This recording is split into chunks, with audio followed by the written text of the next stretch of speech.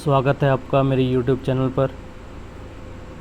Friends, आज हम बात करेंगे आपका जो रीट एग्ज़ाम है लेवल सेकंड विज्ञान विषय से संबंधित टेस्ट फर्स्ट है ये आपका, और टॉपिक वाइज हम वीडियोस यहाँ पे अपलोड करेंगे।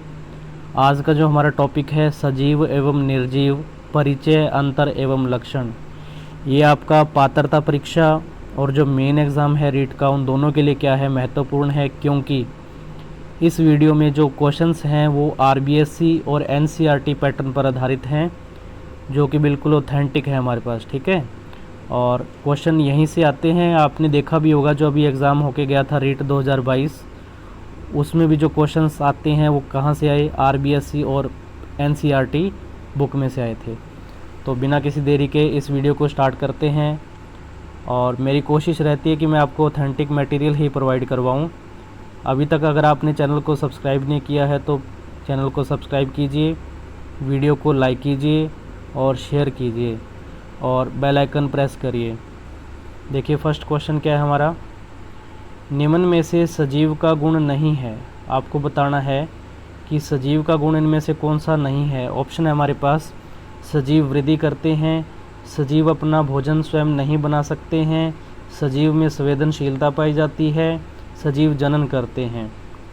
तो इन्होंने पूछा कौन सा गुण नहीं है, तो आपका जो राइट आंसर होगा ऑप्शन सेकंड, सजीव अपना भोजन स्वयं नहीं बना सकते हैं। ये गुण नहीं है।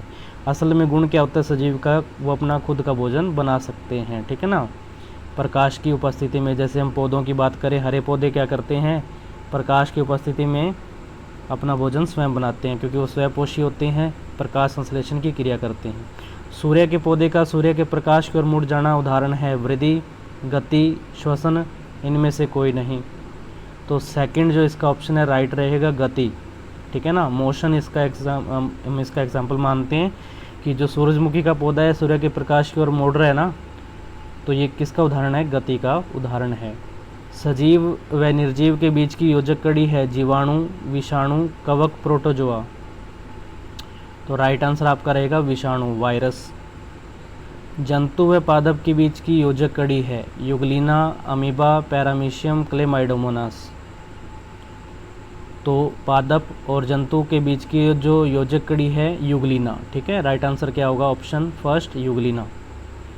सजीवों की प्रजातियों के अस्तित्व को बनाए रखने के लिए आवश्यक है श्वसन, गति, प्रजनन, वृद्धि। तो क्या आवश्यक है भाई, प्रजनन, रिप्रोडक्शन जरूरी है। अगर संतति को आगे बढ़ाना होता है, अस्तित्व को बनाए रखना है, तो प्रजनन आवश्यक है। नेक्स्ट क्वेश्चन हमारे पास, शरीर में ऑक्सीजन द्वारा ग्लूकोज के विघटन से जैविक ऊर्जा का मुक्त होना कहलाता है पाचन, श्वसन, पाचन व श्वसन दोनों, इनमें से कोई नहीं। तो इसका एक ही आंसर है श्वसन। ठीक है ना, ग्लूकोज का विघटन होना क्या कहलाता है, श्वसन कहलाता है। किसकी उपस्थिति में, ऑक्सीजन की उपस्थिति में। इसे भोजन का या ग्लूकोज का ऑक्सीकरण भी कहा जाता है। सजीवों के लक्षण है स्वयं चलकर गति करना, भोजन करना, समय के साथ बढ़ना, उपयुक्त सभी। तो राइट आंसर रहेगा उपयुक्त सभी। ये सभी क्या हैं, सजीवों के लक्षण हैं। हरे पादप अपना भोजन स्वयं बनाते हैं, स्वयं नहीं बनाते हैं, प्रकाश की उपस्थिति में बनाते हैं। ए व स दोनों सत्य हैं। तो ए और स दोनों ही कथन क्या है, सत्य हैं। हरे पादप अपना भोजन स्वयं बनाते हैं और प्रकाश की उपस्थिति में बनाते हैं। सजीव संवेदनशील होते हैं, उद्दीपन के प्रति अनुक्रिया करते हैं, अपशिष्ट पदार्थों का उत्सर्जन करते हैं, उपयुक्त सभी। तो ये तीनों ही गुण होते हैं सजीवों के, इसलिए आंसर क्या होगा, उपरोक्त सभी होगा। अगर आपको लगता है किसी क्वेश्चन में कोई डाउट है तो आप कमेंट ज़रूर कर सकते हैं। ठीक है ना, आपका कमेंट जो है मेरे लिए मोटिवेशन का काम करेगा। और नेक्स्ट वीडियो हम सेकंड जो इसका टेस्ट जो है उस पे बनाएंगे, बिल्कुल आपके सिलेबस के अकॉर्डिंग चलेगी ये टेस्ट सीरीज़। ठीक है ना, पौधों की धीमी वृद्धि को नापने के लिए यंत्र काम आता है सिस्मोग्राफ, कैस्कोग्राफ, बारग्राफ, इनमें से कोई नहीं। आंसर क्या होगा, कैस्कोग्राफ। निम्न में से एक अपशिष्ट पदार्थ है गोंद, फल, फूल, इनमें से कोई नहीं। तो जो गोंद है वो क्या है, एक अपशिष्ट पदार्थ है। श्वसन की क्रिया में ऑक्सीजन द्वारा विघटन होता है किसका? ग्लूकोज का, प्रोटीन का, विटामिन का या खनिज लवण का? तो श्वसन की क्रिया में ऑक्सीजन द्वारा ग्लूकोज का क्या होता है? विघटन होता है। आप अपना मूल्यांकन करके ज़रूर बताएं, ये जितने भी क्वेश्चंस हैं इनमें से आपके कितने राइट होते हैं मेरे को ज़रूर बताना। हरे पादप अपना भोजन स्वयं बनाते हैं, अतः यह है परजीवी, परपोषी, स्वपोषी, मृतोपजीवी। तो अगर ये अपना भोजन स्वयं बना रहे तो ये किस कैटेगरी में आएंगे? स्वपोषी, ठीक है ना, ऑटोट्रॉफ होते हैं ये। पादपों में वृद्धि, एक मिनट, पादपों में वृद्धि स्थानीयकृत होती है, विसरित होती है, दोनों प्रकार की, इनमें से कोई नहीं, तो ये होती है स्थानीयकृत। नेक्स्ट क्वेश्चन आपको कैसे लगे ये भी मेरे को ज़रूर बताएं। आपका फीडबैक मेरे लिए मोटिवेशन का काम करेगा। शोषण करते हैं केवल पादप, केवल जंतु, पादप और जंतु दोनों, इनमें से कोई नहीं, तो दोनों ही क्या हैं? शोषण करते हैं, ठीक है। हाँ, अपवाद वगैरह कुछ अलग बात है, जैसे विषाणु के ऊपर कई नियम इनमें से लागू नहीं होते, ठीक है ना। जब तक उसकी हम बात नहीं कर रहे तो ऑप्शन के अकॉर्डिंग आपको चूज़ करना होता है। प्रजनन से संबंधित असत्य कथन बताना है आपको। सजीव अपने समान संतति उत्पन्न नहीं करते हैं। जीवों में जनन एक महत्वपूर्ण लक्षण है। प्रजनन से सजीव प्रजातियों का अस्तित्व बना रहता है। जनन मुख्यतः दो प्रकार का होता है, लैंगिक और अलैंगिक। तो आपको कौन सा आंसर इसमें से राइट लगता है? असत्य कथन कौन सा है? फर्स्ट है, सजीव अपने समान संतति उत्पन्न नहीं करते हैं बल्कि करते हैं, ठीक है। ग्लूकोज के विघटन से निर्मुक्त ऊर्जा होती है, किस रूप में? एटीपी के रूप में, एनटीपी के रूप में, एडीएच के रूप में या इनमें से कोई नहीं? तो एटीपी के रूप में, एडिनोसिन ट्राइफॉस्फेट जिसको हम कहते हैं। विषाणु मानव शरीर से बाहर सजीव अवस्था में होते हैं, गुणन करते हैं, अक्रियाशील होते हैं, अवैध दोनों सत्य हैं। तो ध्यान से इसका राइट आंसर आपको चूज़ करना है। विषाणु की बात हो रही है तो शरीर से बाहर ये कैसे होते हैं? निर्जीव होते हैं, लेकिन ये तो सजीव बता रहा है जो कि गलत हो गया। अगर ये निर्जीव होते शरीर से बाहर तो फिर ये गुणन कैसे कर लेंगे? तो इसका जो फाइनल आंसर आपके पास क्या होगा? केवल अक्रियाशील होते हैं। शरीर से बाहर विषाणु कैसे होते हैं? अक्रियाशील होते हैं। सजीव एक कोशिकीय हो सकते हैं, बहुकोशिकीय हो सकते हैं, कोशिका रहित होते हैं, अवैध दोनों सत्य हैं। तो भाई जो सजीव होते हैं वो एक कोशिकीय और बहुकोशिकीय ना, कोशिकीय संगठन के आधार पर जब हम बात करें तो ये दोनों प्रकार के होते हैं। कोई जीव एक कोशिकीय और कोई बहुकोशिकीय होते हैं ना। एक कोशिकीय जैसे अमीबा, जुगलिना, क्लेमाइडोमोनास, और बहुकोशिकीय जैसे मानव, है ना, जो बड़े जीव हैं वो इसमें आते हैं। निम्न में से सजीवता के स्पष्ट लक्षण है? कोशिका या कोशिकांगों का पाया जाना, जीव द्रव्य की उपस्थिति, उपापचय क्रिया, उपयुक्त सभी। तो ये सभी क्या है? सजीवता के स्पष्ट लक्षण हैं। वह निर्जीव जो पहले सजीव का भाग हुआ करता था। अब ये चार ऑप्शन जो वैसे तो निर्जीव के हैं, लेकिन इनमें से आपको ये बताना है कि पहले ये किस सजीव का भाग हुआ करते थे। तो कौन है इसका आंसर? रबर इसका उत्तर है, ठीक है ना, क्योंकि रबर हमें किससे प्राप्त होता है?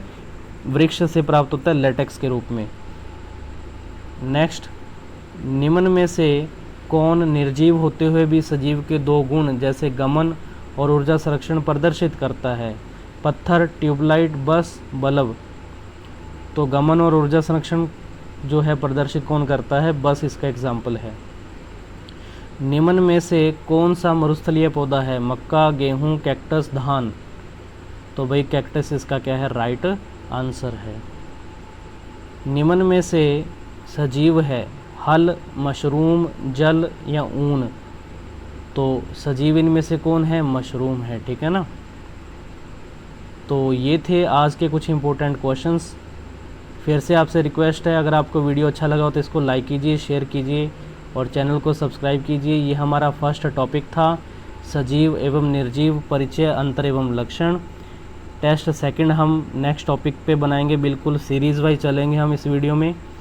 तो आज की वीडियो में इतना ही, और नेक्स्ट वीडियो में हम फिर से एक नए टॉपिक पे बात करेंगे। विज्ञान कंप्लीट करेंगे हम इस चैनल पर, ठीक है ना। आपका जो लेवल सेकंड है, पात्रता परीक्षा हो चाहे आपका मेन एग्ज़ाम हो, आपकी आरबीएस की और एनसीईआरटी पैटर्न पर जो क्वेश्चंस मेरे से बनेंगे मैं आपको सीक्वेंस में प्रोवाइड करवाने की कोशिश करूँगा।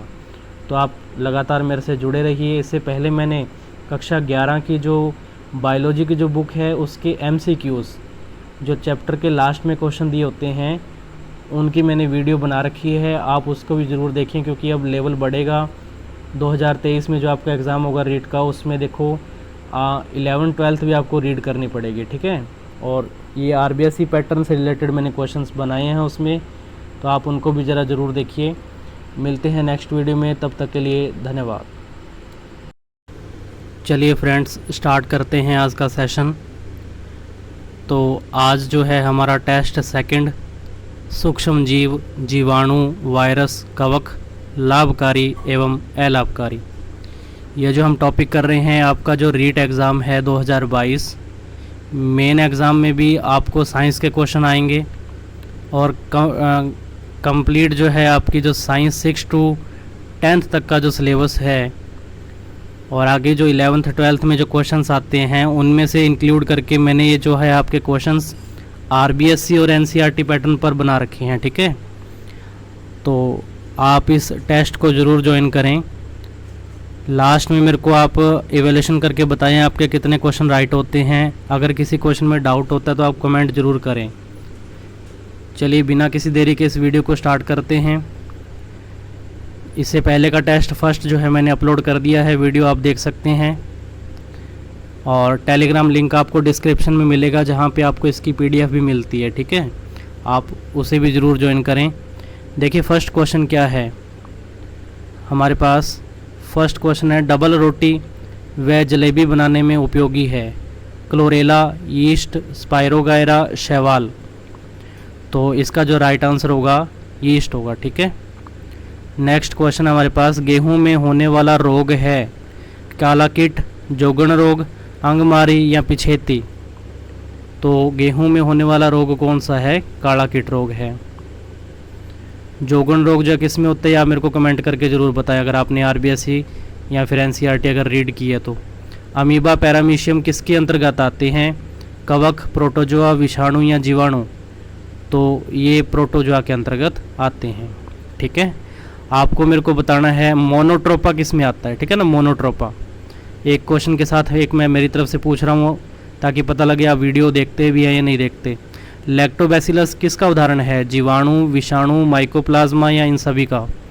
तो ये किसका उदाहरण है हमारे पास? जीवाणु का उदाहरण है।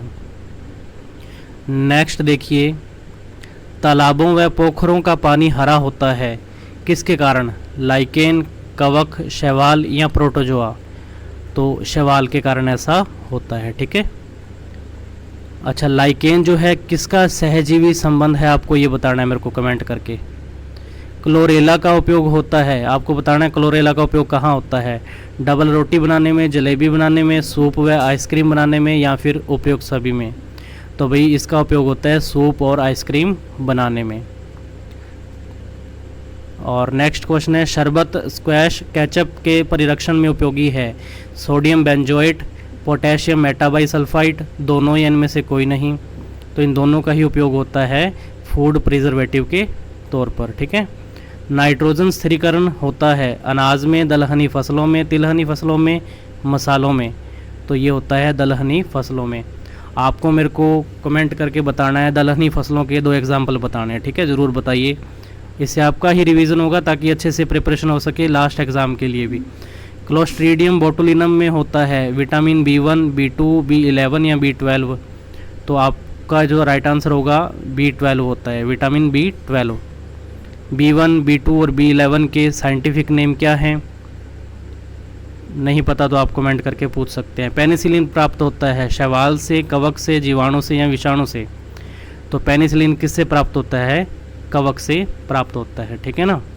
पेनिसिलम नोटेटम जो एक प्लांट होता है उससे हमें ये प्राप्त हुई थी। और आविष्कारक जो है वो भी लगभग पूछे जाते हैं, किसने इसकी खोज की थी। डिब्बाबंद खाद्य पदार्थों को रोगाणु रहित करने के लिए उपयोगी विधि है? निर्जलीकरण, हाइड्रोजनीकरण, हिमीकरण या पाश्चुरीकरण। तो इसका जो राइट आंसर होगा पाश्चुरीकरण, ठीक है ना, इंग्लिश में पाश्चुराइजेशन बोलते हैं। लुईस पाश्चर ने इसकी डिस्कवरी की थी। नींबू का कैंकर रोग है जीवाणु जनित, विषाणु जनित, कवक जनित या प्रोटोजोआ जनित। तो जीवाणु जनित इसका आंसर होगा। जैंथोमोनास कैम्पेस्ट्रिस नामक सूक्ष्म जीव का उपयोग किस में होता है? मृदा उपजाऊपन, टूथपेस्ट में, ह्यूमस निर्माण में, या इनमें से कोई नहीं।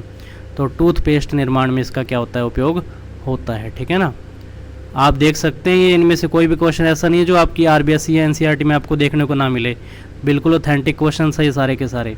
भिंडी का पीत शिरा मोजैक रोग है वायरस जनित, जीवाणु जनित, कवक जनित या प्रोटोजोआ जनित। तो ये आपका आंसर रहेगा वायरस जनित। नाइट्रोजन भाग है किसका, वसा, प्रोटीन, विटामिन, इन सभी का। तो जो है नाइट्रोजन किसका भाग होता है, प्रोटीन का भाग है। जल को जीवाणु रहित करने के लिए किसका उपयोग, chlorine, bleaching powder, potassium permanganate, इनमें से सभी। तो इन सभी का क्या होता है, उपयोग होता है। आपको मेरे को बताना है ब्लीचिंग पाउडर का फॉर्मूला क्या होता है कमेंट करके, ठीक है। और पोटेशियम परमैंगनेट का भी बता देना। जीवाणु फिल्टर में से छन सकता है, जीवाणु, विषाणु, शैवाल या माइकोप्लाज्मा। तो भाई इसका आंसर होगा माइकोप्लाज्मा।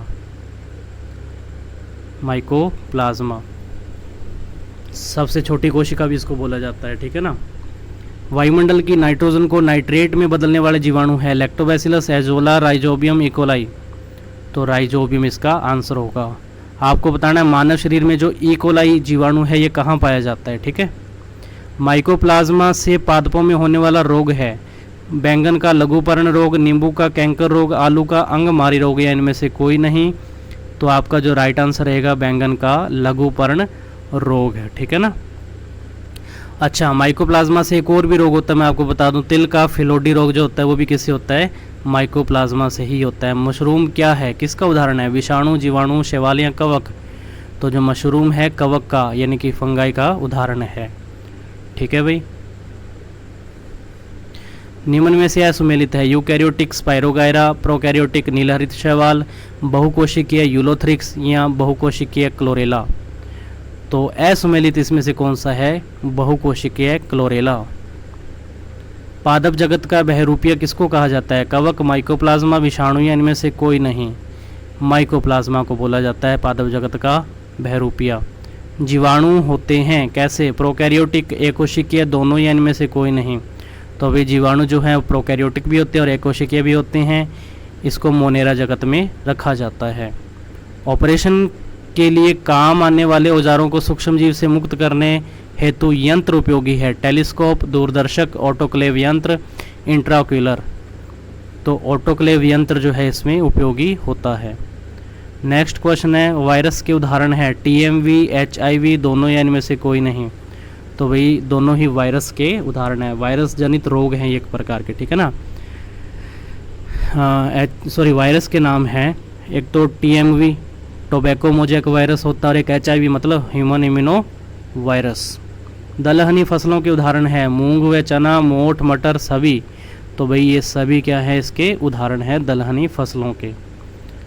वह जीव जो अपना भोजन सड़े गले कार्बनिक पदार्थों से प्राप्त करते हैं, शैवाल, कवक, जीवाणु, विषाणु क्या कहलाते हैं। तो भाई ऐसे जो जीव हैं उनको बोला जाता है क्या, कवक बोला जाता है, ठीक है ना, जो सड़े गले पदार्थों से अपना भोजन लेते हैं। सूक्ष्म जीवों के प्रकार हैं विषाणु व माइकोप्लाज्मा, जीवाणु व कवक, प्रोटोजोआ और शैवाल, या फिर ये सभी। तो ये सारे ही किसके उदाहरण हैं, हमारे पास सूक्ष्म जीवों के उदाहरण हैं। नेक्स्ट, प्रतिजैविक औषधि है। आपको बताना है प्रतिजैविक औषधि कौन सी है, एंटीबायोटिक जिसको बोलते हैं हम, ठीक है ना। Penicillin, insulin, gibberellin, auxin. तो पेनिसिलिन जो है इसका आंसर रहेगा। इसके अलावा फ्रेंड्स जो आपको देखते हैं कि थ्री ऑप्शन और भी होते हैं ना, तो उन 3 ऑप्शंस की एक एक लाइन आप लर्न करना, क्योंकि ये सभी ऑप्शंस जो हैं इनके ऊपर भी क्वेश्चन कोई ना कोई आ सकता है एग्जाम में। हानिकारक सूक्ष्मजीवों से बचाव के उपाय हैं अचार में तेल, मुरब्बे में शक्कर आदि डालना, धान व दालों में पारद, गोली व नीम की पत्तियों का प्रयोग करना, शीतलन विधि द्वारा कम ताप पर खाद्य पदार्थों को सुरक्षित रखना, या फिर उपरोक्त सभी। इन लाइनों सभी को दोबारा पढ़ लेना, बहुत ही इंपॉर्टेंट है। इनमें से किसी भी एक लाइन पर क्वेश्चन बन सकता है। आंसर है उपरोक्त सभी। खाद्य पदार्थों में मिलाए गए खमीर क्या उत्पादित करता है, ऑक्सीजन, कार्बन डाइऑक्साइड, नाइट्रोजन या कार्बन मोनोऑक्साइड। आपसे पूछा है कि यीस्ट को जब उपयोग में लिया जाता है खाद्य पदार्थों में तो कौन सी गैस मुक्त होती है, कार्बन डाइऑक्साइड, जिस कारण वो जो पेस्ट्री, केक, ब्रेड वगैरह क्या होते हैं, फ्लफी हो जाते हैं ना, थोड़े से मुलायम, सॉफ्ट हो जाते हैं। पाश्चुरीकरण क्रिया से संबंधित कथन पर विचार कीजिए और आपको बताना है कि सत्य कथन कौन सा है। इसमें सत्य कथन पूछा है, ठीक है ना। तो पाश्चुरीकृत दूध को बिना उबाले उपयोग में लिया जा सकता है। 70 डिग्री सेल्सियस पर तापमान पर इसको संपादित होती है ये प्रक्रिया, और 70 डिग्री सेल्सियस तापमान पर 15 से 30 सेकंड के लिए किया जाता है उपयोग सभी। तो ये सभी कथन क्या है, इसमें सत्य है। आपकी आरबीएसई बुक में भी दे रखा है। कम ताप पर खाद्य पदार्थों को रखने की प्रक्रिया कहलाती है निर्जलीकरण, शीतलन या दोनों, या इनमें से कोई नहीं। तो भैया ये केवल क्या कहलाता है, इसको बोलते हैं हम शीतलन बोलते हैं, ठीक है ना। शीतलन बोलते हैं कम ताप पर खाद्य पदार्थों को सुरक्षित रखना।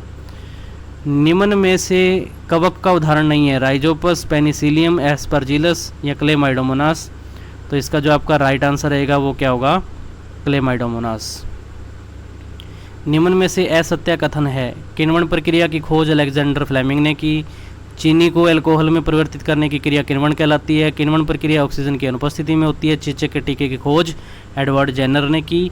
तो भाई असत्य कथन इसमें क्या है, किण्वन की प्रक्रिया की खोज अलेक्जेंडर फ्लेमिंग ने की, ये असत्य कथन है, ठीक है ना। सत्य आपको मेरे को कमेंट करके बताना फिर क्या होगा। स्ट्रेप्टोमाइसिन, टेट्रासाइक्लिन, एरिथ्रोमाइसिन उदाहरण है। Antibodies, antiseptic, antacid, antibiotic. तो भाई ध्यान से, ऐसे क्वेश्चन आते हैं पेपर में, यही ऑप्शन होंगे ऐसे ही। तो इसका जो राइट आंसर होगा एंटीबायोटिक के ये उदाहरण है, प्रतिजैविक के। रोग फैलाने वाले सूक्ष्म जीवों को अन्य किस नाम से नहीं जानते हैं, भाई नहीं जानते हैं। रोग कारक, रोगजनक, रोगवाहक या पैथोजन। तो इसका जो आपका राइट आंसर होगा रोगवाहक। ये वेक्टर थोड़ी ना होते हैं, ये तो केवल क्या करते हैं, ठीक है ना, रोगजनक है, रोग को आगे फैलाने वाला काम थोड़ी ना करते हैं। जिनके कारण रोग होता है वो रोगजनक होते हैं, या रोग कारक या पैथोजन उनको बोला जाता है। नेक्स्ट क्वेश्चन है, पदार्थ जो प्राकृतिक प्रक्रिया जैसे जीवाणु की क्रिया से अपघटित हो जाता है क्या कहलाते हैं, निम्नीकरण, जैव अनिम्नीकरण, मोल्डिंग या संक्रमण। तो भाई इसका आंसर रहेगा जैव निम्नीकरण। नेक्स्ट, यीस्ट का उपयोग किसके निर्माण में होता है, चीनी, अल्कोहल, हाइड्रोक्लोरिक अम्ल और ऑक्सीजन। तो इसका आंसर होगा अल्कोहल। संचरण रोगों का सबसे मुख्य कारक है कॉकरोच, घरेलू मक्खी, ड्रैगन मक्खी, मकड़ी। तो भाई इसका जो आंसर होगा घरेलू मक्खी। तो ये थे आज के कुछ इंपॉर्टेंट क्वेश्चन। टॉपिक आपका सेकंड था। बायोलॉजी की सीक्वेंस में हम टेस्ट सीरीज़ करते जा रहे हैं और प्लेलिस्ट आपकी बनती जाएगी, ठीक है ना। ज़रूर देखिए, सभी वीडियो लास्ट तक देखा कीजिए, क्या पता कौन सा क्वेश्चन आपको कहाँ मिल जाए, ठीक है ना। केवल रीट एग्ज़ाम नहीं, और भी बहुत भर्तियाँ होती हैं राजस्थान में, तो वहाँ पर साइंस के जो क्वेश्चंस हैं बिल्कुल ऑथेंटिक, जो आपकी आरबीएसई एनसीईआरटी बुक के हैं, इन्हीं में से देखने को मिलते हैं, ठीक है ना। मिलते हैं नेक्स्ट वीडियो में एक नई टेस्ट सीरीज़ के साथ। तब तक के लिए धन्यवाद। स्वागत है आपका मेरे यूट्यूब चैनल पर। तो फ्रेंड्स, आज की वीडियो में हम बात करेंगे रीट एग्ज़ाम 2022, जो आपके मेन एग्ज़ाम के लिए साइंस विषय है। उसमें यही टॉपिक आपको देखने को मिलेंगे जो आपकी आरबीएसई और एनसीईआरटी में होते हैं, और जो पात्रता परीक्षा आपकी हो गई है उसमें भी ये टॉपिक थे। टेस्ट थर्ड है आपका, टॉपिक का नाम है सूक्ष्म जीवों से होने वाले रोग व बचाव के उपाय। इससे संबंधित ये कुछ प्रश्न हैं और आप इनको देखिए, और आपके जितने क्वेश्चन सही होते हैं कमेंट करके मेरे को बताएं। अगर किसी क्वेश्चन के आंसर में आपको डाउट होता है तो वो भी मेरे को ज़रूर बताएं। ये सभी ऑथेंटिक क्वेश्चन है, आपकी आरबीएसई और एनसीईआरटी बुक से रिलेटेड है, ठीक है। देखिए फर्स्ट क्वेश्चन, निम्न में से विषाणु जनित रोग है, क्षय रोग, खसरा, हैजा, टाइफाइड। तो जो खसरा है ये विषाणु जनित रोग है। नेक्स्ट क्वेश्चन है, किस रोग में विडाल परीक्षण किया जाता है। विडाल परीक्षण किस रोग में किया जाता है आपको बताना है। तो इस क्वेश्चन का राइट आंसर होगा टाइफाइड में। नेक्स्ट, टाइफाइड रोग में प्रभावित अंग है हृदय, फेफड़े, यकृत या छोटी आंत। तो भाई इसका आंसर रहेगा छोटी आंत। जैसा कि मैं आपको बता दूं, इससे पहले 2 टेस्ट हम कर चुके हैं, प्लेलिस्ट बनी हुई है, आप वहां जाके उनको देख सकते हैं। और बिल्कुल ऑथेंटिक क्वेश्चन है बिना किसी मिस्टेक के, ठीक है ना। अगर कोई मिस्टेक हो भी जाती है तो आप मेरे को कमेंट में ज़रूर बताएं। और डायरेक्ट आपको क्वेश्चन देखने को मिलते हैं आपके एग्ज़ाम में, राजस्थान भर्ती में या अपने कहीं कहीं पे भी जहां विज्ञान का अहम रोल है वहां पे आपको ऐसे क्वेश्चन देखने को मिलते हैं। बीसीजी का पूरा नाम क्या है। तो इसका आंसर रहेगा बैसिलस कैलेमिटी ग्वेरिन। डॉट्स में टी का पूरा नाम क्या है? Tetanus, typhoid, TB, treatment. तो इसमें जो आपका आंसर रहेगा ट्रीटमेंट, ठीक है।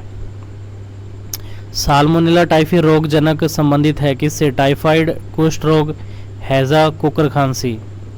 तो टाइफाइड से संबंधित है। नेक्स्ट, डिप्थीरिया रोग का रोगजनक है? कोरेनोबैक्टीरियम डिप्थीरी, विब्रियो कोलेरी, एंथ्रेक्स जीवाणु या इनमें से कोई नहीं। तो कोरेनोबैक्टीरियम डिप्थीरी इसका क्या है? रोगजनक है, ठीक है। पेनिसिलिन की खोज किसने की? बहुत बार पूछा जाता है क्वेश्चन, अलेक्जेंडर फ्लेमिंग ने की थी। चेचक के टीके की खोज किसने की थी? एडवर्ड जेनर ने की थी। पाश्चुरीकरण अभिक्रिया की खोज किसने की? पाश्चर ने की थी, ठीक है। टाइफाइड के अन्य नाम क्या है? मियादी, मोतीझरा, पानीझरा, उपरोक्त सभी। तो ये सभी इसके क्या है? अन्य नाम है। नेक्स्ट क्वेश्चन, टीबी के अन्य नाम क्या है? क्षय रोग, तपेदिक, यक्ष्मा और सभी। तो ध्यान रखना टीबी के ये सभी क्या है? अन्य नाम है। ट्यूबरकुलोसिस उसको हम बोलते हैं, ठीक है। माइक्रोबैक्टीरियम ट्यूबरकुलोसिस रोगजनक रोग फैलाता है? टाइफाइड, टीबी, दोनों या इनमें से कोई नहीं। तो ये कौन सा रोग फैलाता है? टीबी रोग फैलाता है।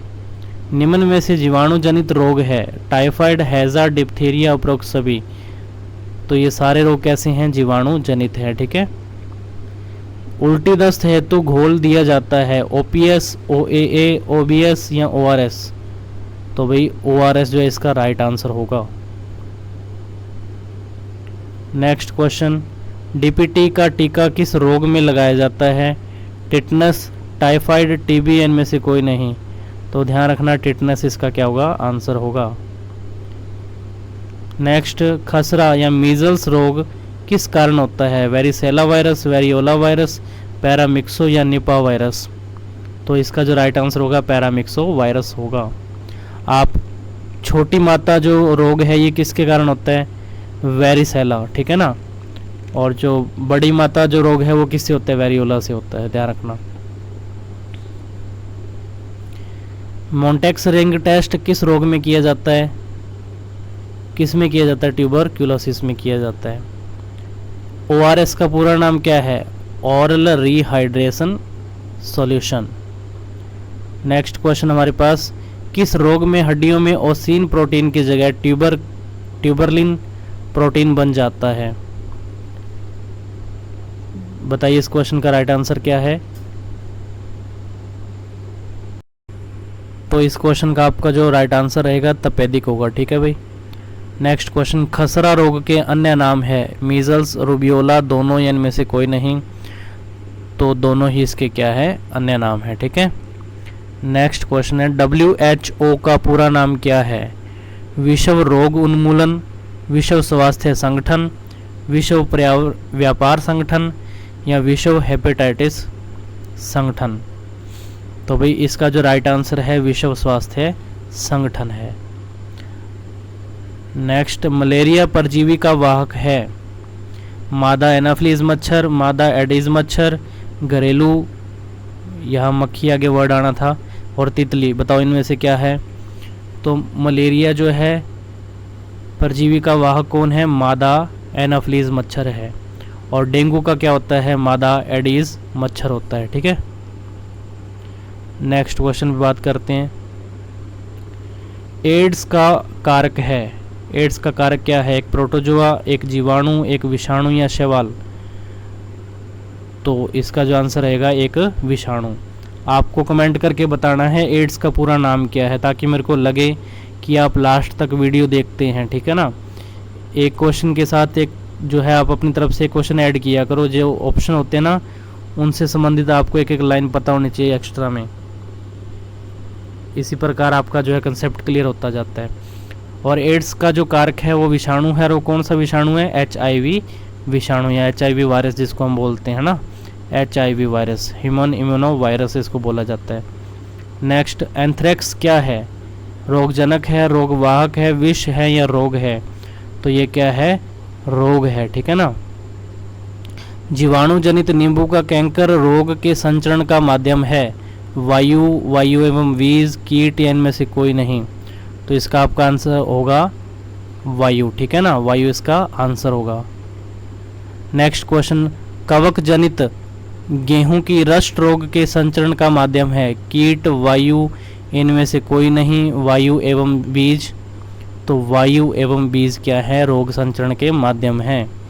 पेपर में क्वेश्चन ये पूछा जाता है ज़्यादातर, कवक जनित रोग कौन सा है? तो इसमें एक ऑप्शन आपको देखने को मिलता होगा, गेहूं की रस्ट रोग जो है इसका आंसर होता है। ठीक है, नेक्स्ट क्वेश्चन ये भी इंपॉर्टेंट है, वायरस जनित भिंडी की पीत रोग के संचरण का माध्यम है? वायु, वायु एवं बीज, कीट, इनमें से कोई नहीं। तो अभी के लिए इसका जो आंसर होगा क्या होगा? कीट। नेक्स्ट क्वेश्चन, हेपेटाइटिस ए किस सूक्ष्म जीव के कारण होता है? बैक्टीरिया, विषाणु, फफूंद, प्रोटोजोआ। तो हेपेटाइटिस ए जो है किसके कारण होता है? विषाणु, वायरस के कारण होता है। ठीक है भाई। बैसिलस एंथ्रेसिस क्या है? आपको बताना है बैसिलस एंथ्रेसिस क्या है। आप सोचकर आंसर दीजिए, ऑप्शन आपके सामने हैं। वीडियो को लास्ट तक ज़रूर देखा कीजिए, आपको पक्का बेनिफिट होगा आपके मेन एग्ज़ाम में भी और जो आपकी पात्रता परीक्षा है उसमें भी। ठीक है ना। जीवाणु, विषाणु, कवक या इनमें से कोई नहीं। तो बैसिलस एंथ्रेसिस एक क्या है? जीवाणु है। ठीक है ना भाई, जिसके कारण एंथ्रेक्स रोग होता है। एंथ्रेक्स जो होता है मवेशियों में होता है। नेक्स्ट,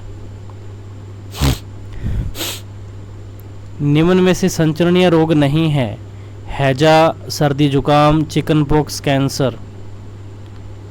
इसका जो राइट आंसर होगा, हैजा नहीं है इसका आंसर, जुकाम भी नहीं है, पॉक्स भी नहीं है, कैंसर इसका क्या है? राइट आंसर होगा।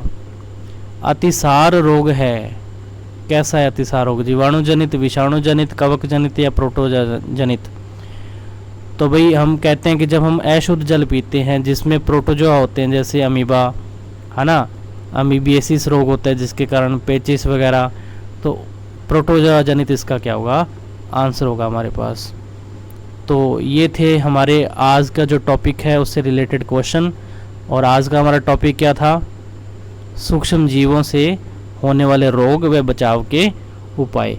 आपको ये वीडियो कैसा लगा मेरे को कमेंट करके ज़रूर बताएं और प्लेलिस्ट को ज़रूर चेक करें। टॉपिक वाइज हम टेस्ट सीरीज करेंगे। ये टेस्ट 3rd था, टेस्ट 4 हम जल्दी ही लेके इस वीडियो पे इसको अपलोड किया जाएगा। तब तक के लिए धन्यवाद। और इसके अलावा मैं आपको बता दूं फ्रेंड्स, जो है टेलीग्राम लिंक पर आपको इस वीडियो की ये क्वेश्चंस की आपको PDF भी मिल जाएगी। तो आप टेलीग्राम लिंक को भी ओपन करके उसको ज्वाइन ज़रूर करें ताकि आपको कोई प्रॉब्लम ना हो। ठीक है, मिलते हैं नेक्स्ट वीडियो में नए टॉपिक के साथ। तब तक के लिए धन्यवाद। स्वागत है आपका मेरे YouTube चैनल पर।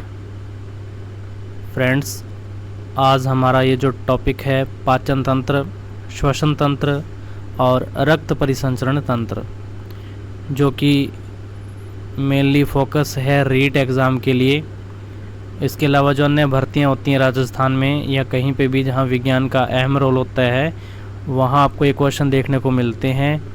आज हम करेंगे टेस्ट नंबर 4। ठीक है ना। इससे पहले मैंने 3 टेस्ट जो है इस चैनल पर अपलोड कर दिए हैं, उनकी वीडियो प्लेलिस्ट में जाके आप देख सकते हैं और आप इनकी PDF भी प्राप्त कर सकते हैं, जिसके लिए मैंने आपको टेलीग्राम लिंक है जो डिस्क्रिप्शन में प्रोवाइड करवा रखा है। तो बिना किसी देरी के चलिए स्टार्ट करते हैं। फर्स्ट क्वेश्चन हमारा देखिए क्या लिखा हुआ है।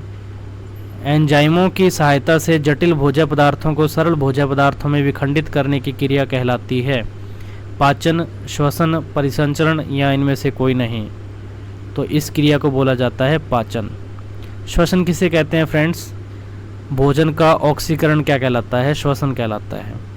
या ऑक्सीजन की उपस्थिति में ग्लूकोज का जो अपघटन होता है उसको हम श्वसन बोलते हैं। परिसंचरण क्या होता है? आवश्यक पोषक तत्वों का हर एक कोशिका तक पहुंचना, इसको हम क्या बोलते हैं? परिसंचरण बोलते हैं। भोजन व श्वसन मार्ग का चौराहा है? ग्रहणी, ग्रास नली, ग्रसनी या ये सभी? तो इसका जो राइट आंसर होगा ग्रसनी, है ना, जिसको फेरिंग्स बोलते हैं हम इंग्लिश में, और ये इसका राइट आंसर है। कॉमन पाथ प्रोवाइड करवाता है ये भोजन और श्वसन दोनों के लिए। आमाशय से संबंधित असत्य कथन बताना है आपको। असत्य कथन, ठीक है ना, ध्यान रखना। कार्डियक, फंडिक और पाइलोरिक आमाशय के 3 मुख्य भाग हैं। आमाशय से HCl यानी कि हाइड्रोक्लोरिक अम्ल, पेप्सिन, रेनिन एंजाइम का स्राव होता है। पेप्सिन माता दुग्ध के पाचन में सहायक है और रेनिन एंजाइम शैशवावस्था में ज़्यादा सक्रिय होता है। असत्य कथन इनमें से कौन सा है फ्रेंड्स? ऑप्शन 3 होगा इसमें, ठीक है ना। रेनिन होता है माता दुग्ध के पाचन में सहायक होता है, ना कि पेप्सिन, ध्यान रखना। बाकी राइट आंसर है। इन लाइनों को दोबारा रीड करना, इनसे क्वेश्चन भी पूछा जा सकता है। मानव शरीर की सबसे बड़ी ग्रंथि कौन सी है? वृक्क, लीवर, एडम्स एप्पल या हृदय? तो इसका जो आपका राइट आंसर होगा, लीवर जो है मानव शरीर की सबसे बड़ी ग्रंथि है। आपको बताना है किस तंत्र की जो है मुख्य इकाई माना जाता है वृक्क को, ठीक है ना। एडम्स एप्पल कहाँ होता है मानव शरीर में, और आप मेरे को कमेंट करके ज़रूर बताते हैं ताकि मेरे को पता लगे आप वीडियो ज़रूर देखते हैं। मानव शरीर का सबसे कठोर भाग कौन सा है? स्टेपीज, इनेमल, फीमर या इनमें से कोई नहीं? तो इस क्वेश्चन का राइट आंसर होगा इनेमल होगा, ठीक है ना। मानव शरीर की सबसे लंबी हड्डी कौन सी होती है? फीमर। और सबसे छोटी हड्डी कौन सी होती है? स्टेपीज होती है, जो कान में पाई जाती है। मुख में पाचन होता है किसका? कार्बोहाइड्रेट का, प्रोटीन का, विटामिन का या खनिज का? तो कार्बोहाइड्रेट का पाचन होता है। वसा का पायसीकरण कहाँ होता है? ये लीवर में, ठीक है ना, प्लीहा में, आंत में या ग्रास नली में? तो भाई वसा का पायसीकरण कहाँ पे होता है? यकृत में ही होता है, ध्यान रखना। नेक्स्ट क्वेश्चन है, किस पाचक अंग में किसी प्रकार का पाचन नहीं होता है? मुख, आमाशय, ग्रास नली, छोटी आंत? तो ग्रास नली ऐसे एक ऐसा अंग है पाचन तंत्र का जिसमें किसी प्रकार का पाचन नहीं होता है। बहुत बार पूछा जाता है क्वेश्चन, ध्यान रखना। जीवाणु किस क्रिया द्वारा बड़ी आंत में अवशोषण करते हैं? क्रमानुकुचन, किण्वन, अवशोषण या स्वांगीकरण? तो इसका राइट आंसर होगा किण्वन, फर्मेंटेशन इसको इंग्लिश में बोला जाता है। निम्न में से असत्य कथन है? लार ग्रंथि से स्रावित एंजाइम टाइलिन व अमाइलेज है। जंगली जानवरों में रदनक दांत पाए जाते हैं। छोटी आंत लंबाई में छोटी होती है। अपेंडिक्स मानव शरीर का एक अवशेषी अंग है। तो इस क्वेश्चन का राइट आंसर होगा ऑप्शन 3, ठीक है ना। छोटी आंत जो है लंबाई में छोटी नहीं होती, बड़ी होती है। छोटी आंत इसलिए बोला जाता है क्योंकि इसका व्यास जो होता है वो छोटा होता है, ठीक है ना। बाकी के जो ये 3 ऑप्शन है इनको रीड करना, जो कि एग्जाम के लिए इम्पोर्टेंट है। गैसों का विनिमय मुख्यतः किस भाग में होता है? वायुनाल, वातरंध्र, डायफ्राम या वायुकूपिका? तो वायुकूपिका जो है इसका राइट आंसर होगा। एल्वियोलाई इसको इंग्लिश में बोला जाता है। डायफ्राम के संकुचन से क्या होता है? वायु शरीर के भीतर प्रवेश करती है, बाहर निकलती है, दोनों कथन सत्य हैं। या डायफ्राम में संकुचन होता ही नहीं है? तो भाई जब डायफ्राम संकुचित होता है तो वायु शरीर के अंदर प्रवेश करती है। निम्न में से असत्य कथन कौन सा है आपको बताना है? श्वसन एक ऊष्माक्षेपीय अभिक्रिया है। श्वसन क्रिया में ऊर्जा मुक्त होती है।